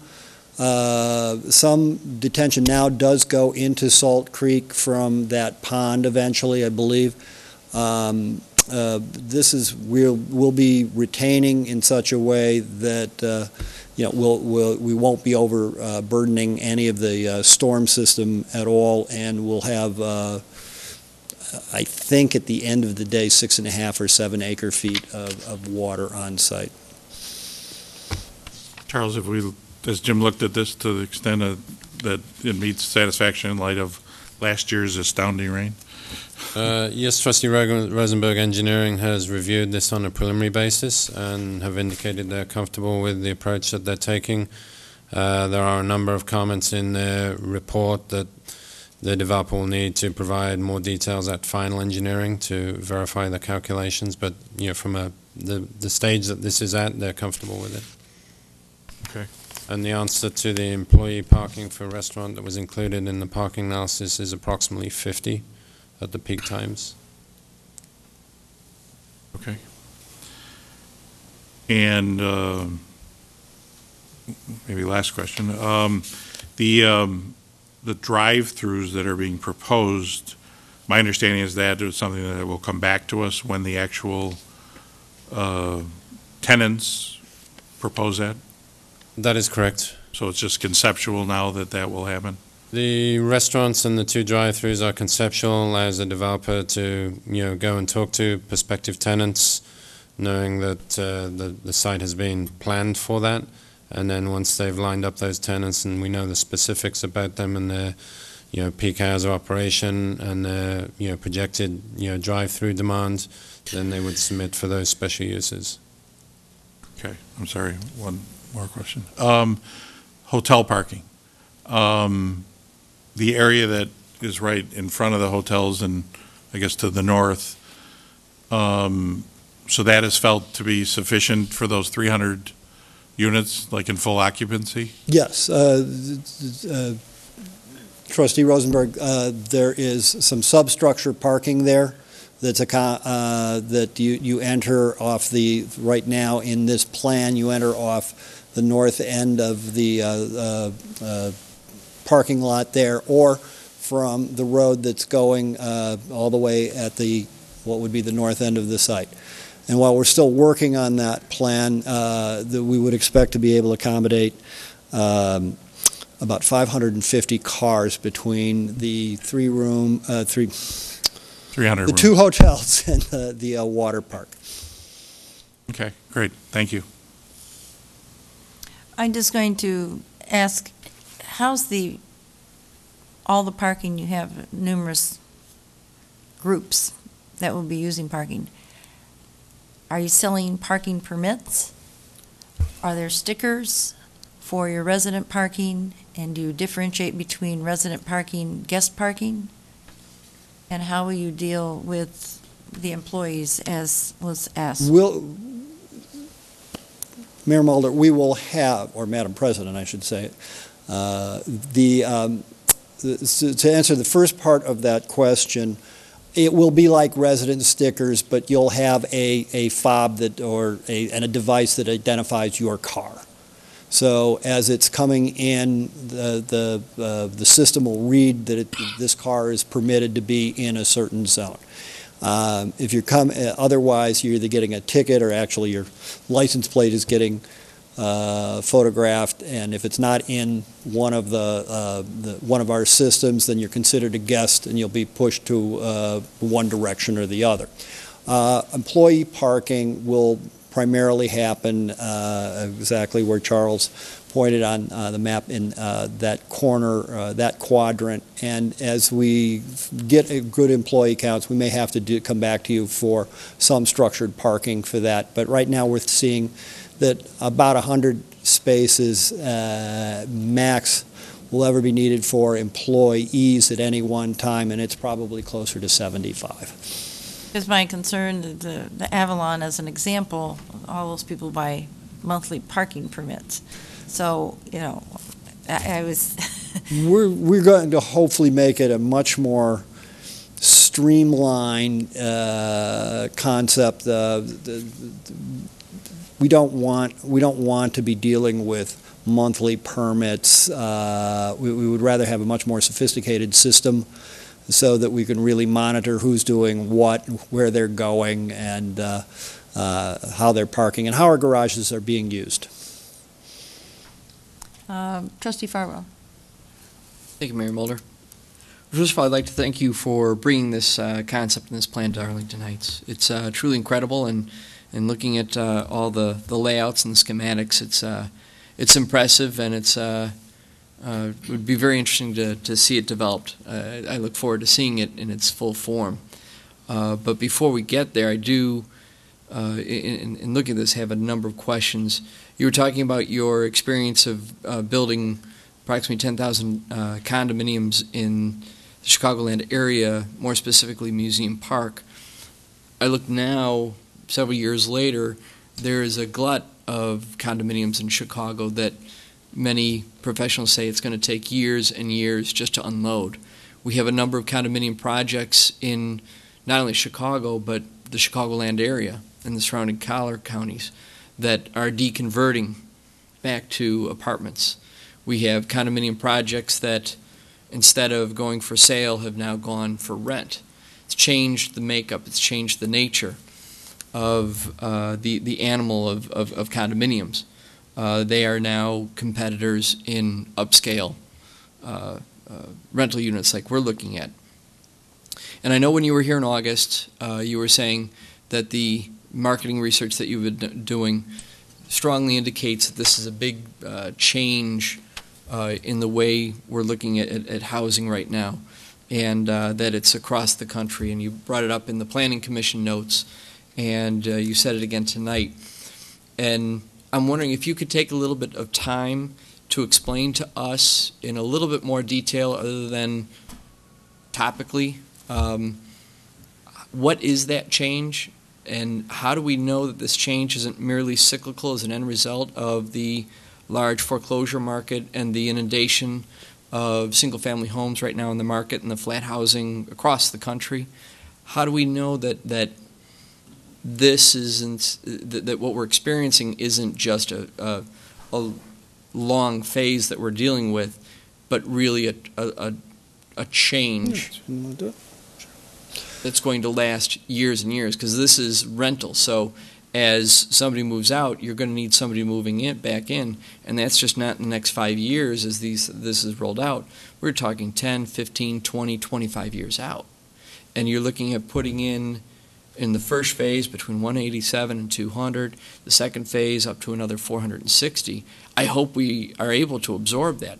But can you help us better understand, get us to your shoes right now where we can feel confident in those numbers, and that we could feel confident in both phases of the project? I'm going to let my partner and former Arlington Heights resident, David Trandell, talk about this. Why are you former? I'm David Trandell. I'm with Arlington Devco. It's Trandel. Carl did a nice job speaking, Trustee Farwell, about the big shift. But right now, statistically, in the northwest suburban Cook County area, it's the tightest, what we call submarket in the entire Chicago area. Right now, occupancies are ranging around 96% full. So you're as a developer, you would typically look at a market and say, at 90% occupied, it's time to build. So right now we have what you need to be thinking about is what I call affordability for your residents, because there's a constrained supply, prices and rents are going up dramatically. I mean, as an owner of apartments around the country, I would tell you that rents are going up unabated. I mean, what you're not hearing right now is rent control, but you're going to start hearing about it around the country. And it's been a confluence of multiple events. One is the lack of construction financing to not only fund homes, privately owned homes, but there hasn't been any available capital to go ground up and build new stuff. So while you have a shadow market that's been overhanging downtown for a long time. Historically downtown Chicago's absorbed about 2,000 condominiums per year, going back 25, 30 years. And in the last 5 years, it's averaged less than 800. In some years, it was 300. So there's a global shift, but it's more about availability of capital. And if you look at the big number going back to World War II, we have generally had about in the U.S. in the U.S. has averaged about 60% home ownership, where people own their own homes, and we got up for a lot of reasons we won't talk about, but largely due to a government initiative to want to make sure everyone owns a home and a toaster. And I think we were close to about 69% home ownership, which is too high. One of the great things about our country is we're transient. When Carl's talked, we joke about this, but we have an enormous transient population in this area. You've got a lot of Midwest regional headquarters for companies, Fortune 500 international companies that call Arlington Heights home, that don't necessarily need to own a home, but need to be here for 3 years. So when you look at the big picture and look at who Arlington Heights is one reason our schools are so great and the people are so good is we're exposed to a lot of different cultures. We've got a very diversified population base, but that's all predicated on our jobs and the employers that are bringing people in. So I think, in the big picture, we're only talking a couple hundred units out of 80,000 people that live here. More importantly, there's 500,000 people that live within, 40 minutes. So, our goal is to create something that doesn't exist right now. So that's a little bit of our challenge. We're trying to, convince banks and that frankly the world demands a better product. But we'll make it something very proud. We'll all be proud of. But I think to answer your specific question, we're supply constrained right now. And outside the Avalon, the Avalon's on the market right now to be sold. And you guys, I'm happy to share the details with what they're out there. And when you look at, and if that's 23-year-old product, it's great proximity to the train station in downtown, but for the people that really spend money in town, the people with high disposable income, they're really almost forced to go downtown right now, because downtown Chicago, because we don't have there hasn't been anything new and exciting and interesting built in a long time, because it always built to be privately owned, to be condominiums, not to be multifamily. So we can give you more. One thing we have is data. And I do think we're not talking about 4,000 units. We're talking about a small amount, 200 or so to start out. So. Well, I think because this is preliminary plat that you're looking for, I don't see a problem moving forward. But if we could provide additional data that you're speaking of, I'd really like to sink my teeth into it before we get to final plat. No, for sure. And Avalon has Lombard for sale too. It's not necessarily a bad thing that it's for sale. Our own is for sale. No, it's good. No, I don't look at it as a negative. Yeah, I think what it tells you, though, it's like the fee, fi, fo, fum, there's going to be a better, if I owned older properties right now, if I know this is coming, I'm probably a seller. Because what happens is it gets very expensive to run older properties, and they've got to reinvest a lot of new capital. So their decision right now is, do I go invest $15 million into the Avalon to bring it up to standards, or do I sell it? So. Or they just take your fallout. They take. Yeah, I don't. Yeah. It's like I hope so. Higher tide raises from all your boats. yeah. Okay, that'd be great. And then I had some other questions here. As far as the outdoor areas, other than the rooftop areas on Phase 1, what other significant outdoor areas are there for the residents? Again, we're trying to create an urban-like setting in many ways. So we have created a campus. Besides the outdoor for the restaurant and our proximity, of course, to a 13-acre park, not much more than 150 feet away from the tower, we will have very distinct areas in the retail areas at each of the corner points. We'll have the pavilion across from the tower, which is both an open area and partially enclosed area, which we hope to see functions happen in. And we were trying to significantly, Paris is remarkable, and it's one of the greenest looking cities on earth. It has the least amount of park space per capita of any major city in the world. And we're hoping with our landscape plan to make this be a remarkably beautiful site with a great feeling for the outdoors, and then to maximize the outdoor areas that we are with giving with both passive and sort of active environments.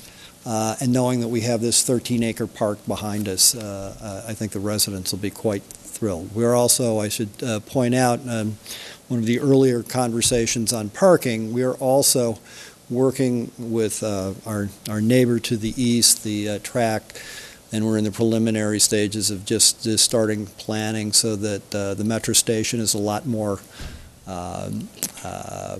available and user-friendly for everybody in the neighborhood, not only us. And I think that they're very eager to not only be a good neighbor, but improve a great deal themselves. That's great. That's great. Well, I don't think I've had any other question. Well, other than that 96% occupancy level, Mr. Trento, that you were speaking of, that was more than just a spike. How long has it been that tight in the northwest suburbs? Well, it's a bit of a spike, but it's. I'll get you an exact number on that, but it's been over 90% for quite a while. You had another thing happen. You had a lot of historical, complexes that were apartments that were bought by developers and converted to condominiums. So that pulled a lot of supply out too. So we'll get you the right data, but it's a bit of a spike, but it's also just lack of new product too. Would you say that 90% was like a pre-2008 number? Oh, yeah? For sure. Yes, for sure. Because I think that's key. Yeah, I think you want to look back. That it was still 90%. That you're approaching. I think you want to use October of 2005 as like the day the music stopped. That's okay. That's the peak. If you want to look for housing, that would be your peak for individually owned housing. Okay. So all right. Thank you very much. Sort of one other answer to that question is that in the last, really since 2008, we've seen the near extinction of a bird called the building crane. And without any building cranes going up, it actually is getting close to creating a deficit in housing availability. There's more new housing that's needed every year, whether it's rental, privately owned, whatever. But the housing numbers are now going well below the historic mean that you need to keep up with the general population trends. All right, thank you. Trustee Breyer?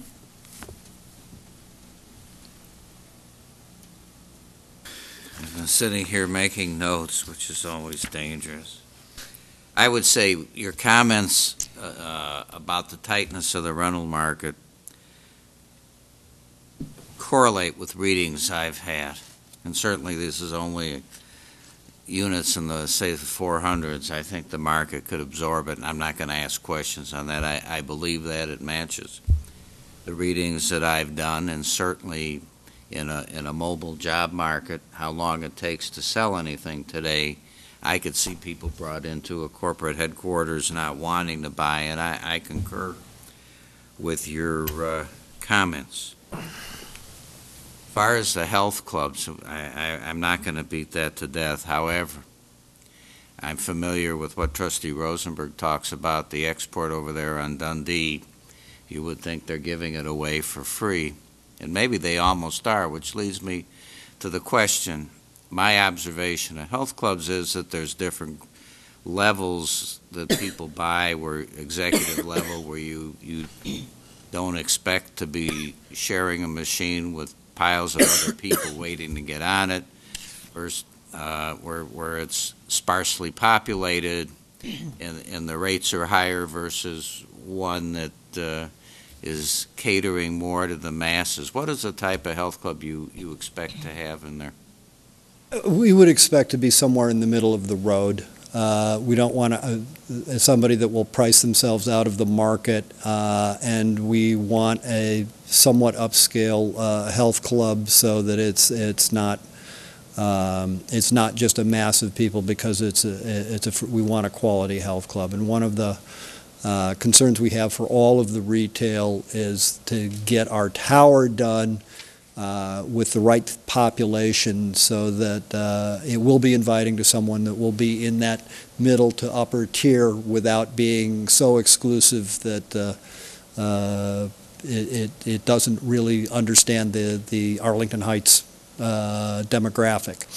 But we do want a quality health club. We don't want one of the bottom feeders, if you will, that can come into the market. We want something that is, while upscale, won't be overcrowded, and with people just massing up for machines. And it's going to take a while. I mean, we're working with a number of different vendors. What do you see the health club hours being? Probably 5 a.m. to 10 p.m., something like that. So you wouldn't have huge conflicts with resident parking, probably? No, we would not see that as a... And an executive club might very well, in spite of what was said earlier, have less traffic on the weekend, because people who maybe use it, who work in the area, would not necessarily come back on the weekend. Is that a fair statement? I think that's a fair statement, from what we're understanding of the health club market. Now, just to lay the fears on the number of cars, although if you have two wage earners in a unit, it's not, you have to expect to have two cars, and to try to restrict that is a mistake. But as I read through your material, it seemed you expected a lot of widowers or widows and divorcees, and where you might very well, I see somebody smiling over there, have only one chief tenant. Is that a fair statement? Yes, we think that a good deal of our population will be one car owner, one primary user. We don't see till later phases to having larger units, larger family potential. This first round, and what we're seeing in the market is that many people are downsizing. I mean, what we're finding, for instance, in Chicago, and not near as near transportation as anybody might think, we're finding parking levels as low as 0.7 for rental buildings. and not low-income rental buildings of some stature. The market, we think, is changing. $4 and $5 gas is going to be changing a lot of people's minds about how they deal with automobiles, too. And we don't think that's going away anytime soon. Well, a lot depends where you work.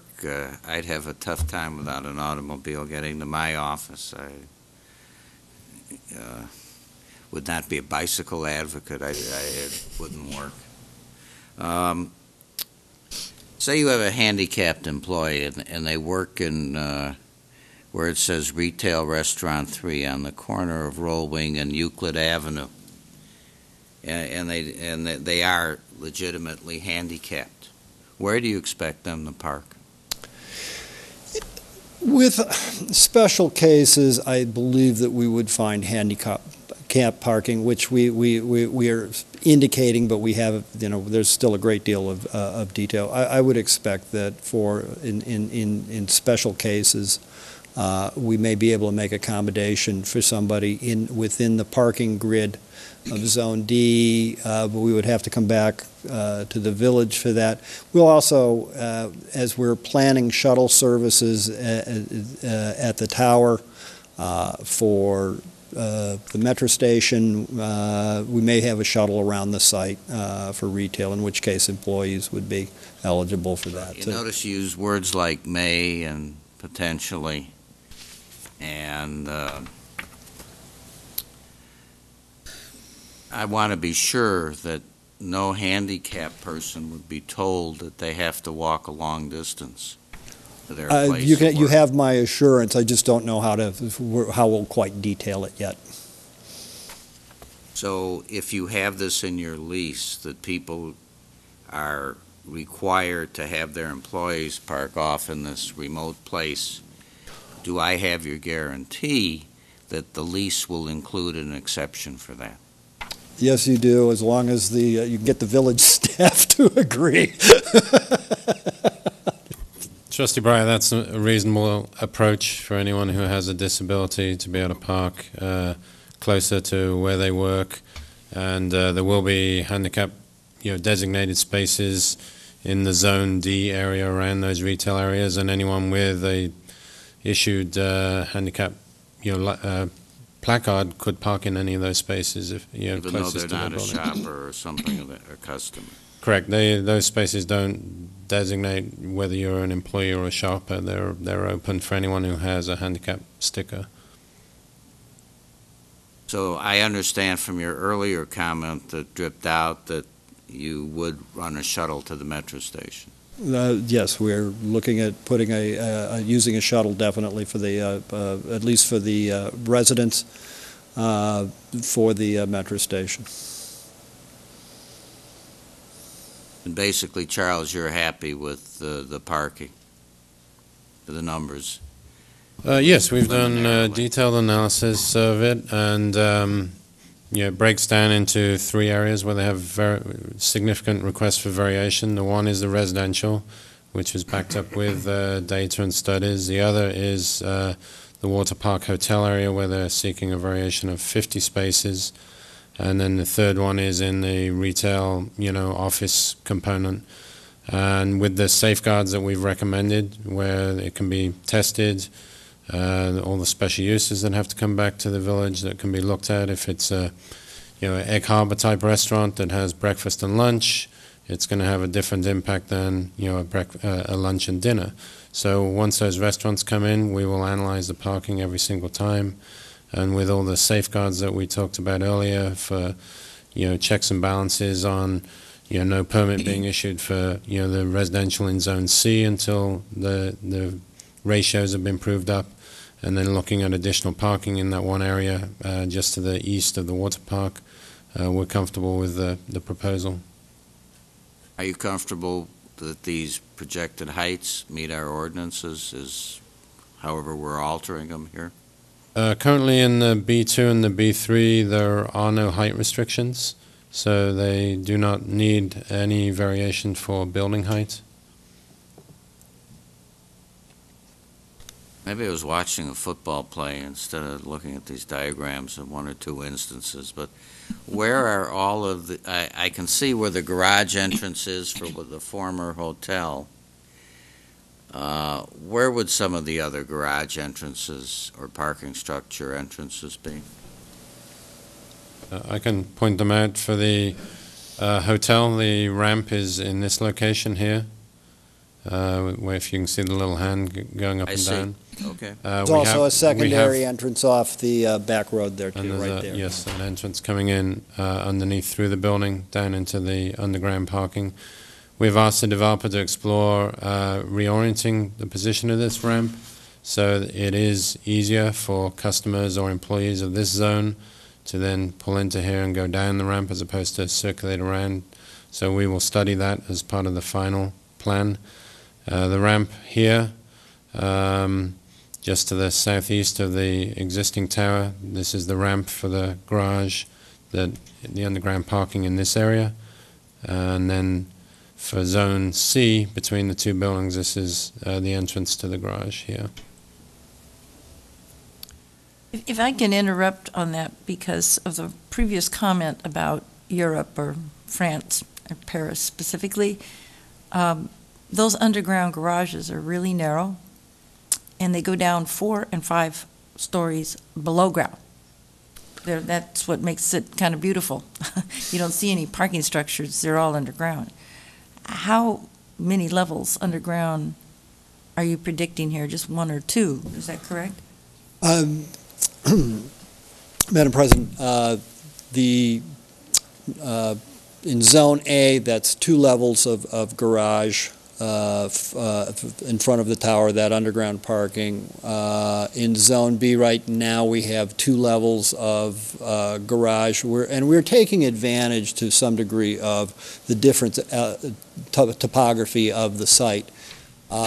Zone C, that although a portion of the garages is underground, that's really building up a podium for 4 stories, and on top of that podium will be the pool and amenity decks enclosed by the building, so you won't see them literally except for a green wall which will face face to the south. But that's really vertical parking above grade. It just happens to be hidden behind the buildings in one mass. A portion of it's underground, but not much. Continue, I'm sorry. I just wanted to... Well, maybe I'll leave the rest of my questions scratch and going because they've partially been asked by other people. And I don't, since this is preliminary, there's no point in micromanaging this. I will just conclude by saying that I'm excited about this. I think this will be an exciting development. We hatch these schemes to produce very small amounts of revenue. Charles, and of course Tom Keeney is left, but I know I already asked you guys this earlier, that at least conceptually this appears to have the possibility to produce for the village over $1.5 million in its share of the various types of revenue. That's a fair statement? Including real estate taxes? Yes, that's correct. So it will be a worthy replacement to the hotel that was there. And I think one thing we have to keep in mind is that just like we thought condos were the nuts not that many years ago, nobody knows what the market will be in 15 and 20 years. And if they were, again, the nuts, I suspect you could always convert back because whatever works, good entrepreneurs will do, and not just lay there and let whatever happens to them happen to them. And I'm convinced that this looks like a great project. And the other thing is, as I look at my notes here, if the shared parking concept works, we should do it and not tie up parcels of land with cement that would lie empty at night and do nothing but contribute to water runoff and flooding. So I'd like to see this proceed. Since this is a preliminary plat we're looking at, don't they have to do certain things in a certain period of years? or will they have to come back and sort of reauthorize pieces of this? Once, assuming the board takes action on the preliminary PUD, they have 12 months to file for their final PUD. Once the final PUD is approved, they have 24 months to commence construction. We're going to do it a little faster than that. You're going to do faster than that, don't I won't be an advocate for stretching it out. I'm very happy with the concepts of what I see here, and I wish you luck, and I think this will be a great addition to the gateway to Arlington Heights as people come in off of 53. Thank you. Trustee Scaletta? Thank you. Thank you for bringing this project to the village and redeveloping this parcel. I do have to concur with some of the comments tonight about the parking. I am concerned about it. I like the safeguards that are in place, so I guess we're going to give you enough rope to hang yourself, or you'll have to fix it. One topic that really hasn't come up when we talk about the parking is really the water park. According to all the information we have, there's a maximum number of occupants to the water park should be 1,000. And when you look at the parking around the water park, there's nowhere, obviously we're not going to have 1,000 people driving there, but there really isn't a lot of parking there. So where, are they able to also park underneath the hotels? Yes, that is correct. Okay. And you have an awful lot on this single plan, and you guys did a great job, but I didn't even realize that goes down there. So they would be able to also park in there. And there's how many spots underneath the hotels? The total parking in Zone B is 550. Right now, we're projecting 419 underground. Okay. And you talked about a shuttle service, and you've talked about kind of even these angled spaces, and there was mention of them being limited to maybe 20, 30 minutes, so it's short-term parking. Who's going to monitor that? Tow service? No, the master developer will, and we have a pretty good record of monitoring 15, 20, 30-minute spaces, especially with a doorman in the tower who will probably be primarily responsible for noting times and who's parking there, who comes in and addresses who's going off. At some point, we'll have to have a healthy tow service. Hopefully we'll be able to communicate what these spaces are like, and people will respect that, and there'll be a few that won't. And we'll make it painful enough that people will enjoy their 30 minutes of respite or move to another location. And I think as people get used to a site, we find this a lot downtown now, especially that, the first month is a little rough, and after that everybody gets the idea pretty well. We'll put notices out on cars first rather than, just aggressively towing. There are all sorts of measures that will make people understand what the use of those spaces is intended for. People definitely get used to it, and they know when they can work the system, so they'll know if it's not being monitored, and that's why I specifically asked that. You keep referring to this master developer. Who is going to be the master developer? Well, right now, it is technically Arlington DevCo, the owner of the property. There'll be a master association as a part of this that the developer will be the manager of. And so anybody that comes to this site, whether it's a retail buyer or a retail tenant, including the water park, the hotels, all of the residential buildings will all have to belong to this association. That association will be responsible for managing the site conditions, cleaning, snow removal, just even this thematic changes in signage during the seasons.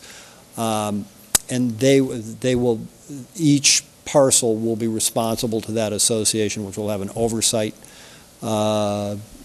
responsibility and authority to manage whether it's the parking or how the trees are maintained, or just the overall level of quality of the site.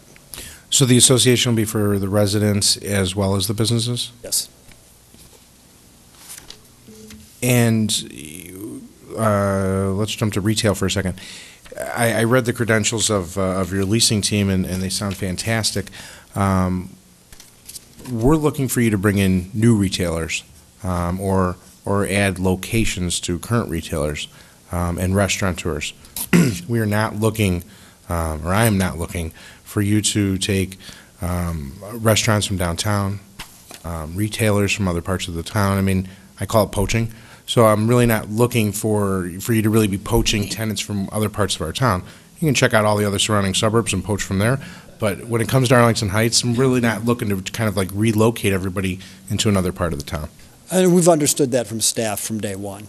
Great. When our goal, and one of the reasons that we want to get the tower, the hotel, and the water park going is that that'll really be the key for us to make this gateway something special in terms of its retail. And for us to draw the kind of quality that we need, we don't want to rush to judgment on the retail, which is why we can take this, or why we have chosen the path to do the tower first, the hotel, and the water park, and set tone for the site. How it's going to look and how it's going to feel and what the population is like. And that will help us then bring a higher quality of retailer, we hope, and firmly believe that we'll be able to bring to this site. And yes, we don't want to be poaching. Excellent. For clarification, when we talked about the well, 2 points of clarification with you, Charles. The 20,000 square feet of restaurant, was that seating area only or total square footage? Gross. That's gross. Total square footage. Yeah. Okay. And Charles, for clarification again, when we were talking about the tax dollars, and you mentioned it was $4.7 million in real estate tax? Approximately 4.2. 4.2. And we all know up here that we only get a portion of that, around 10%, 10 to 11, just for clarification that the village is not going to have $5 million after all the other taxes. That's correct. Okay. And to clarify I was looking at the square footage of the health club. And I manage a shopping center that has a health club in it, and I wanted to just clarify for everybody up on the board that this health club is about half the size, if not maybe even a third of the size of the other health clubs that were mentioned tonight. So it's definitely a much smaller health club. So I felt a little bit better about that as I was going through some of the numbers.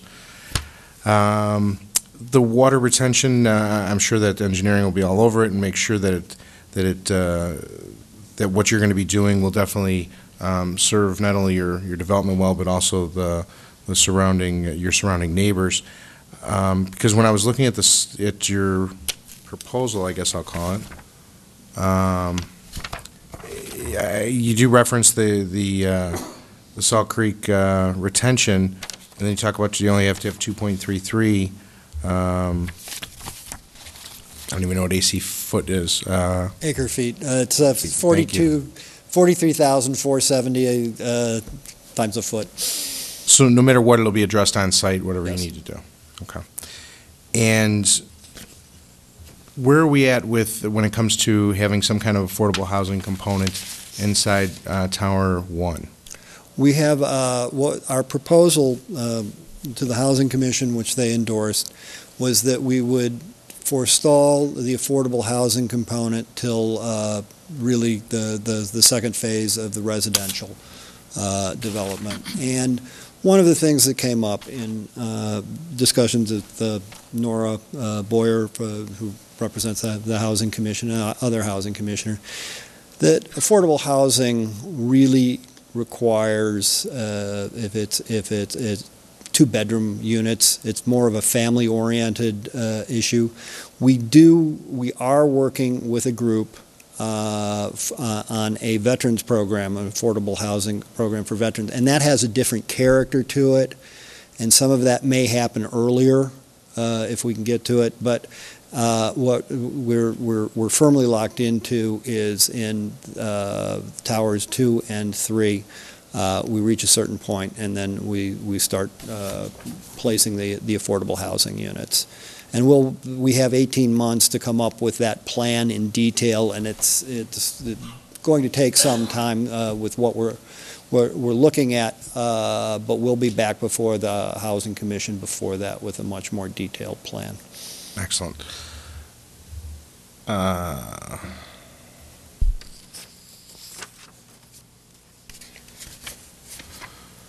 have no further questions. Good luck. Thank you. Trustee Blackwood. I think that this proposal is absolutely beautiful. I am excited about it. I think that as a cornerstone or a gateway actually into the community, the entire stretch of Euclid from the track all the way to 53 is going to be incredible. And I commend you for that. And it's going to be a destination. I look in 5 years and I can see, all kinds of vibrant retail, restaurants, things that are going to just draw people from the Northwest area to our special corner of Arlington Heights. And with all that being said, I think it's just one of the best things that I've seen in a long time. I haven't seen a lot of developments like this. You said the cranes, the bird has been gone for a long time, and now it's back. So it does get the blood going, and certainly there's a certain amount of excitement. And the continuity of architecture that I see that not only follows the track, but into your facility, or actually your PUD is what I'm saying, is going to be fantastic. So I commend you on that. I also commend you on the fact that you have included affordable housing, which was something that I brought up in August when you were first here. And this is very high-level, upscale, beautiful, and oftentimes people think that you can't include something like that, whether it's with multifamily, in 2 or 3 bedrooms, or whether you're looking at the veterans, which I think is another commendable aspect of it. But when I looked at Zone C, and when I looked at the parking, and you have the garage there, and you said some of it is under level, some of it is above level, and I think that Charles had mentioned that if you go to that particular, it's one of the, when you look at Phase 3, it talks about the parking, and in that parking area, if you were looking right behind, I believe it's Tower the residential tower to the left, not to the west, not to the east. Right across the driveway, you have some parking there. And I think it was, Charles, you said that you could possibly put another level of parking there if you had to? Yes. Trustee right there. Blackwood, this is the area that I was referring to study and look at adding either additional surface parking or a small structure that could accommodate additional parking if the demand was needed in the future. And that's one of the conditions that's in the recommendation. I saw that and I thought it was really a very good thing if you could add, one more ramp if you needed to. So that was really well thought out, and thank you for that. And thank you for going along with that. So I guess my only comment is I'm excited about this. I'm glad you've thought about the affordable housing. I look forward to have it be an extremely desirable destination point for a lot of folks, myself included. I want to see all those great retailers and restaurants come in, and just thank you. You're welcome. Well, thank you. I want to come back to parking. Is there any bus parking? We're aware that we are going to need bus parking, and so we're looking at especially at the back of what is now the back of the water park, There's an area that's primarily mechanical there. With some rearrangement, we'll be able to take bigger buses. In the short term, we're going to, before we build out a number of the phases, we will have places to put buses. In the long term, we know that we have to accommodate buses.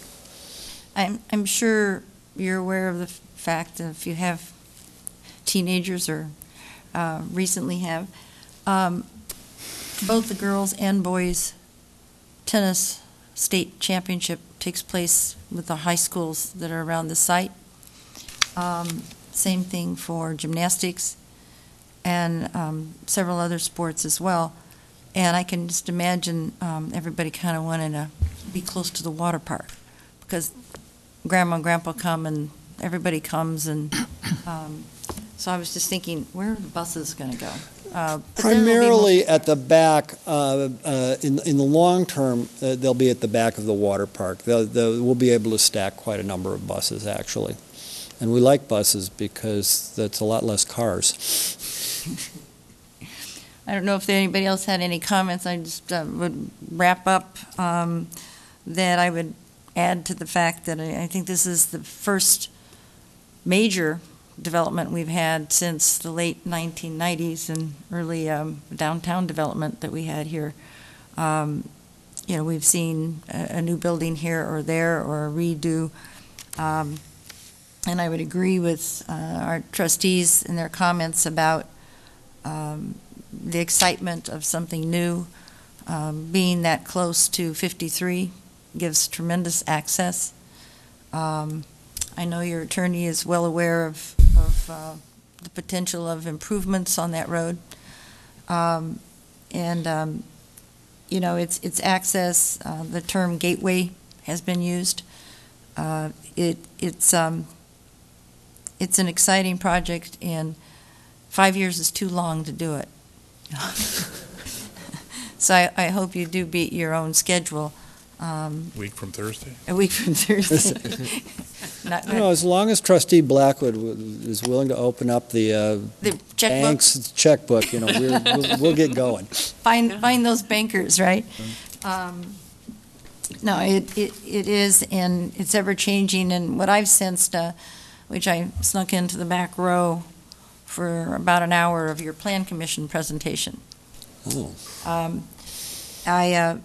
I felt that your team, you've covered a lot of bases, and I can't even remember when some of you came to meet with us initially with your concept.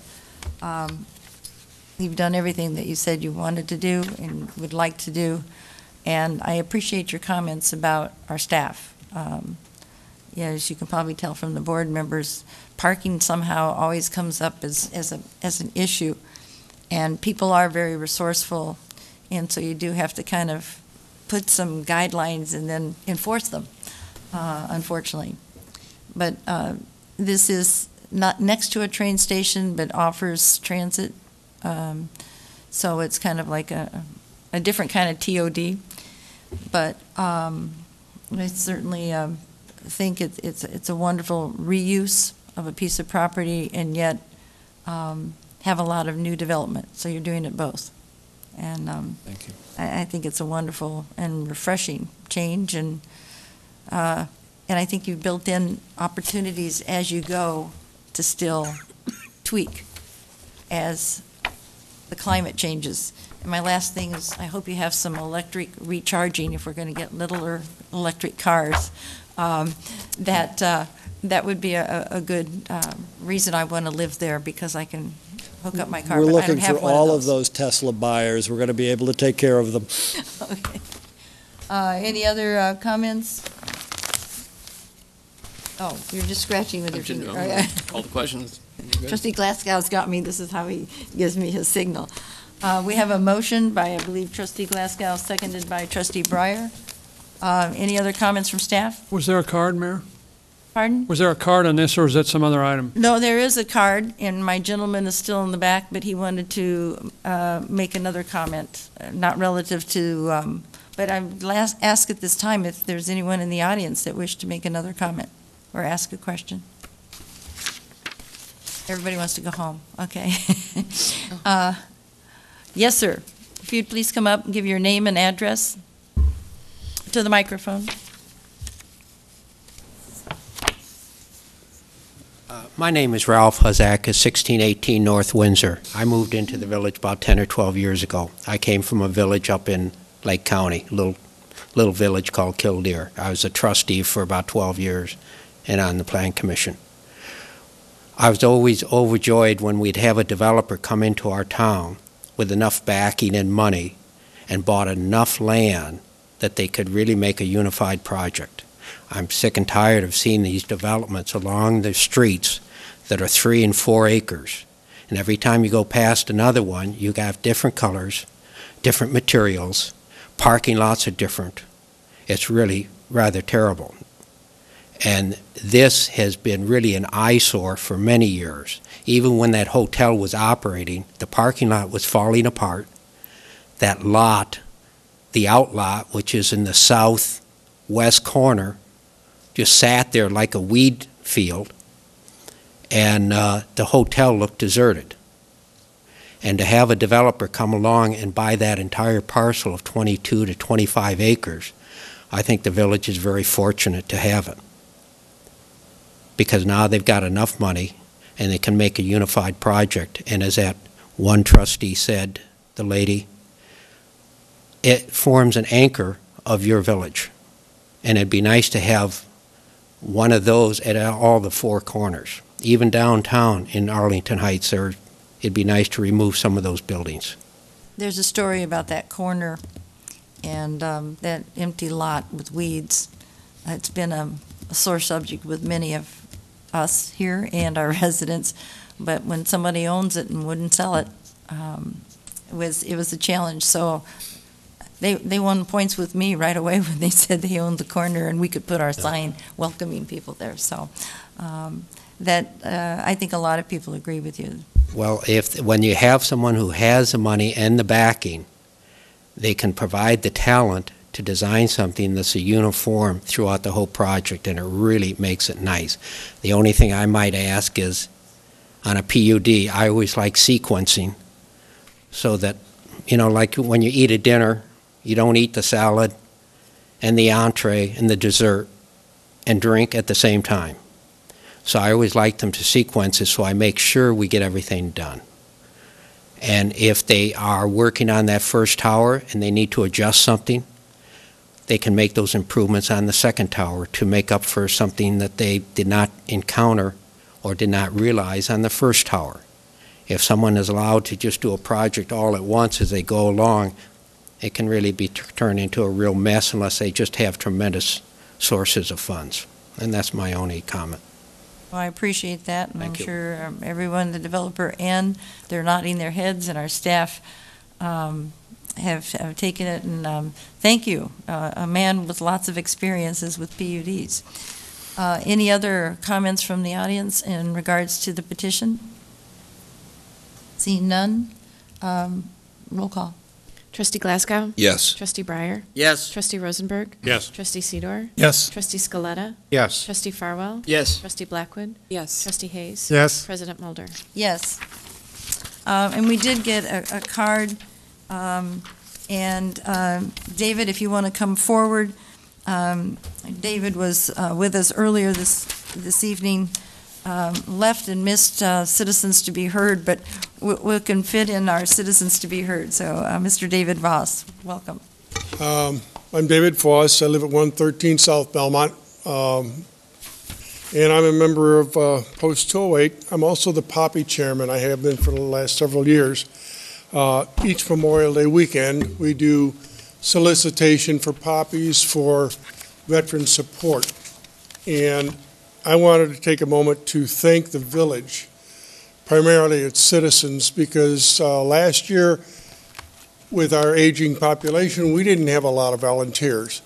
But the community was extremely generous.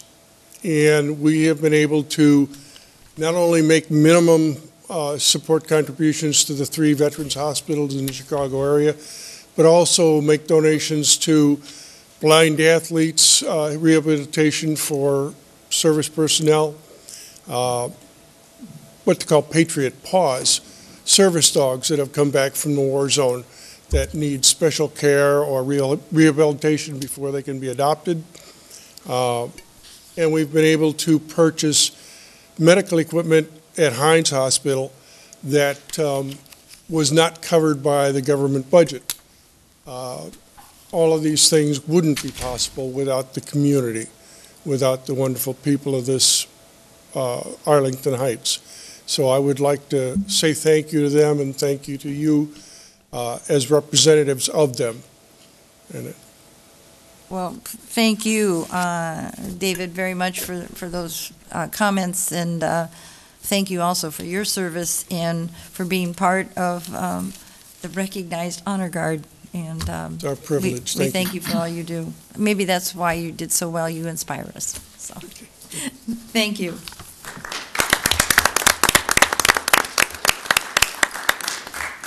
I think we've made it to page 12. Item 13, that should be a lucky number. Mr. Dixon. Thank you. This item is a resolution approving an intergovernmental agreement pertaining to municipal aggregation, which is a process by which communities combine their residents and small businesses into one large buying group. In order to move forward with this, a municipality under state law must approve a referendum. We are working with 6 other communities for a total of 7. This enables us to share resources and workload. There will be a referendum on March 20 in conjunction with the primary election.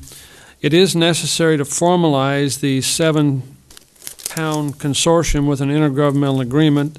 Such an agreement has been prepared and is available for board action tonight, and we would urge approval. So moved. Second. Motion by Trustee Hayes and second by somebody down there, Trustee Farwell. Any other comments? Roll call. Trustee Hayes. Yes. Trustee Farwell. Yes. Trustee Blackwood. Yes. Trustee Rosenberg. Yes. Trustee Scaletta. Yes. Trustee Sidor. Yes. Trustee Breyer. Yes. Trustee Glasgow. Yes. President Mulder. Yes. Anything else, Mr. Dixon? No, thank you. Any petitions or communications from trustees? My only comment would be I'd like to thank all those who were involved in the 25th anniversary of our Mayor's Prayer Breakfast this last week, and the wonderful presentation by many of our residents, but the highlight was Marjorie and Richard Frisbee and their history. So I think parts of that will eventually be available for people to see it that were not able to attend the breakfast. But it was a magnificent flashback in time of where our community came as we celebrate our 125th anniversary of being incorporated, and we're actually 175 years plus since we were founded by Mr. Dunton. So with that, we have a new project to look forward to and see what the future's looking like. So I'll accept a motion for adjournment. So moved. Second. A unified 3 or 4 people, we can pick a time. Trustee Farwell and the second. Trustee Sidor. Second. Trustee Sidor. All those in favor of adjournment signify by saying aye. Aye. Opposed, say nay. Motion carries. Thank you all very, very much for joining us and bringing your entire team. And you thought it was going to be short, but thanks. This meeting is now adjourned. Thank you.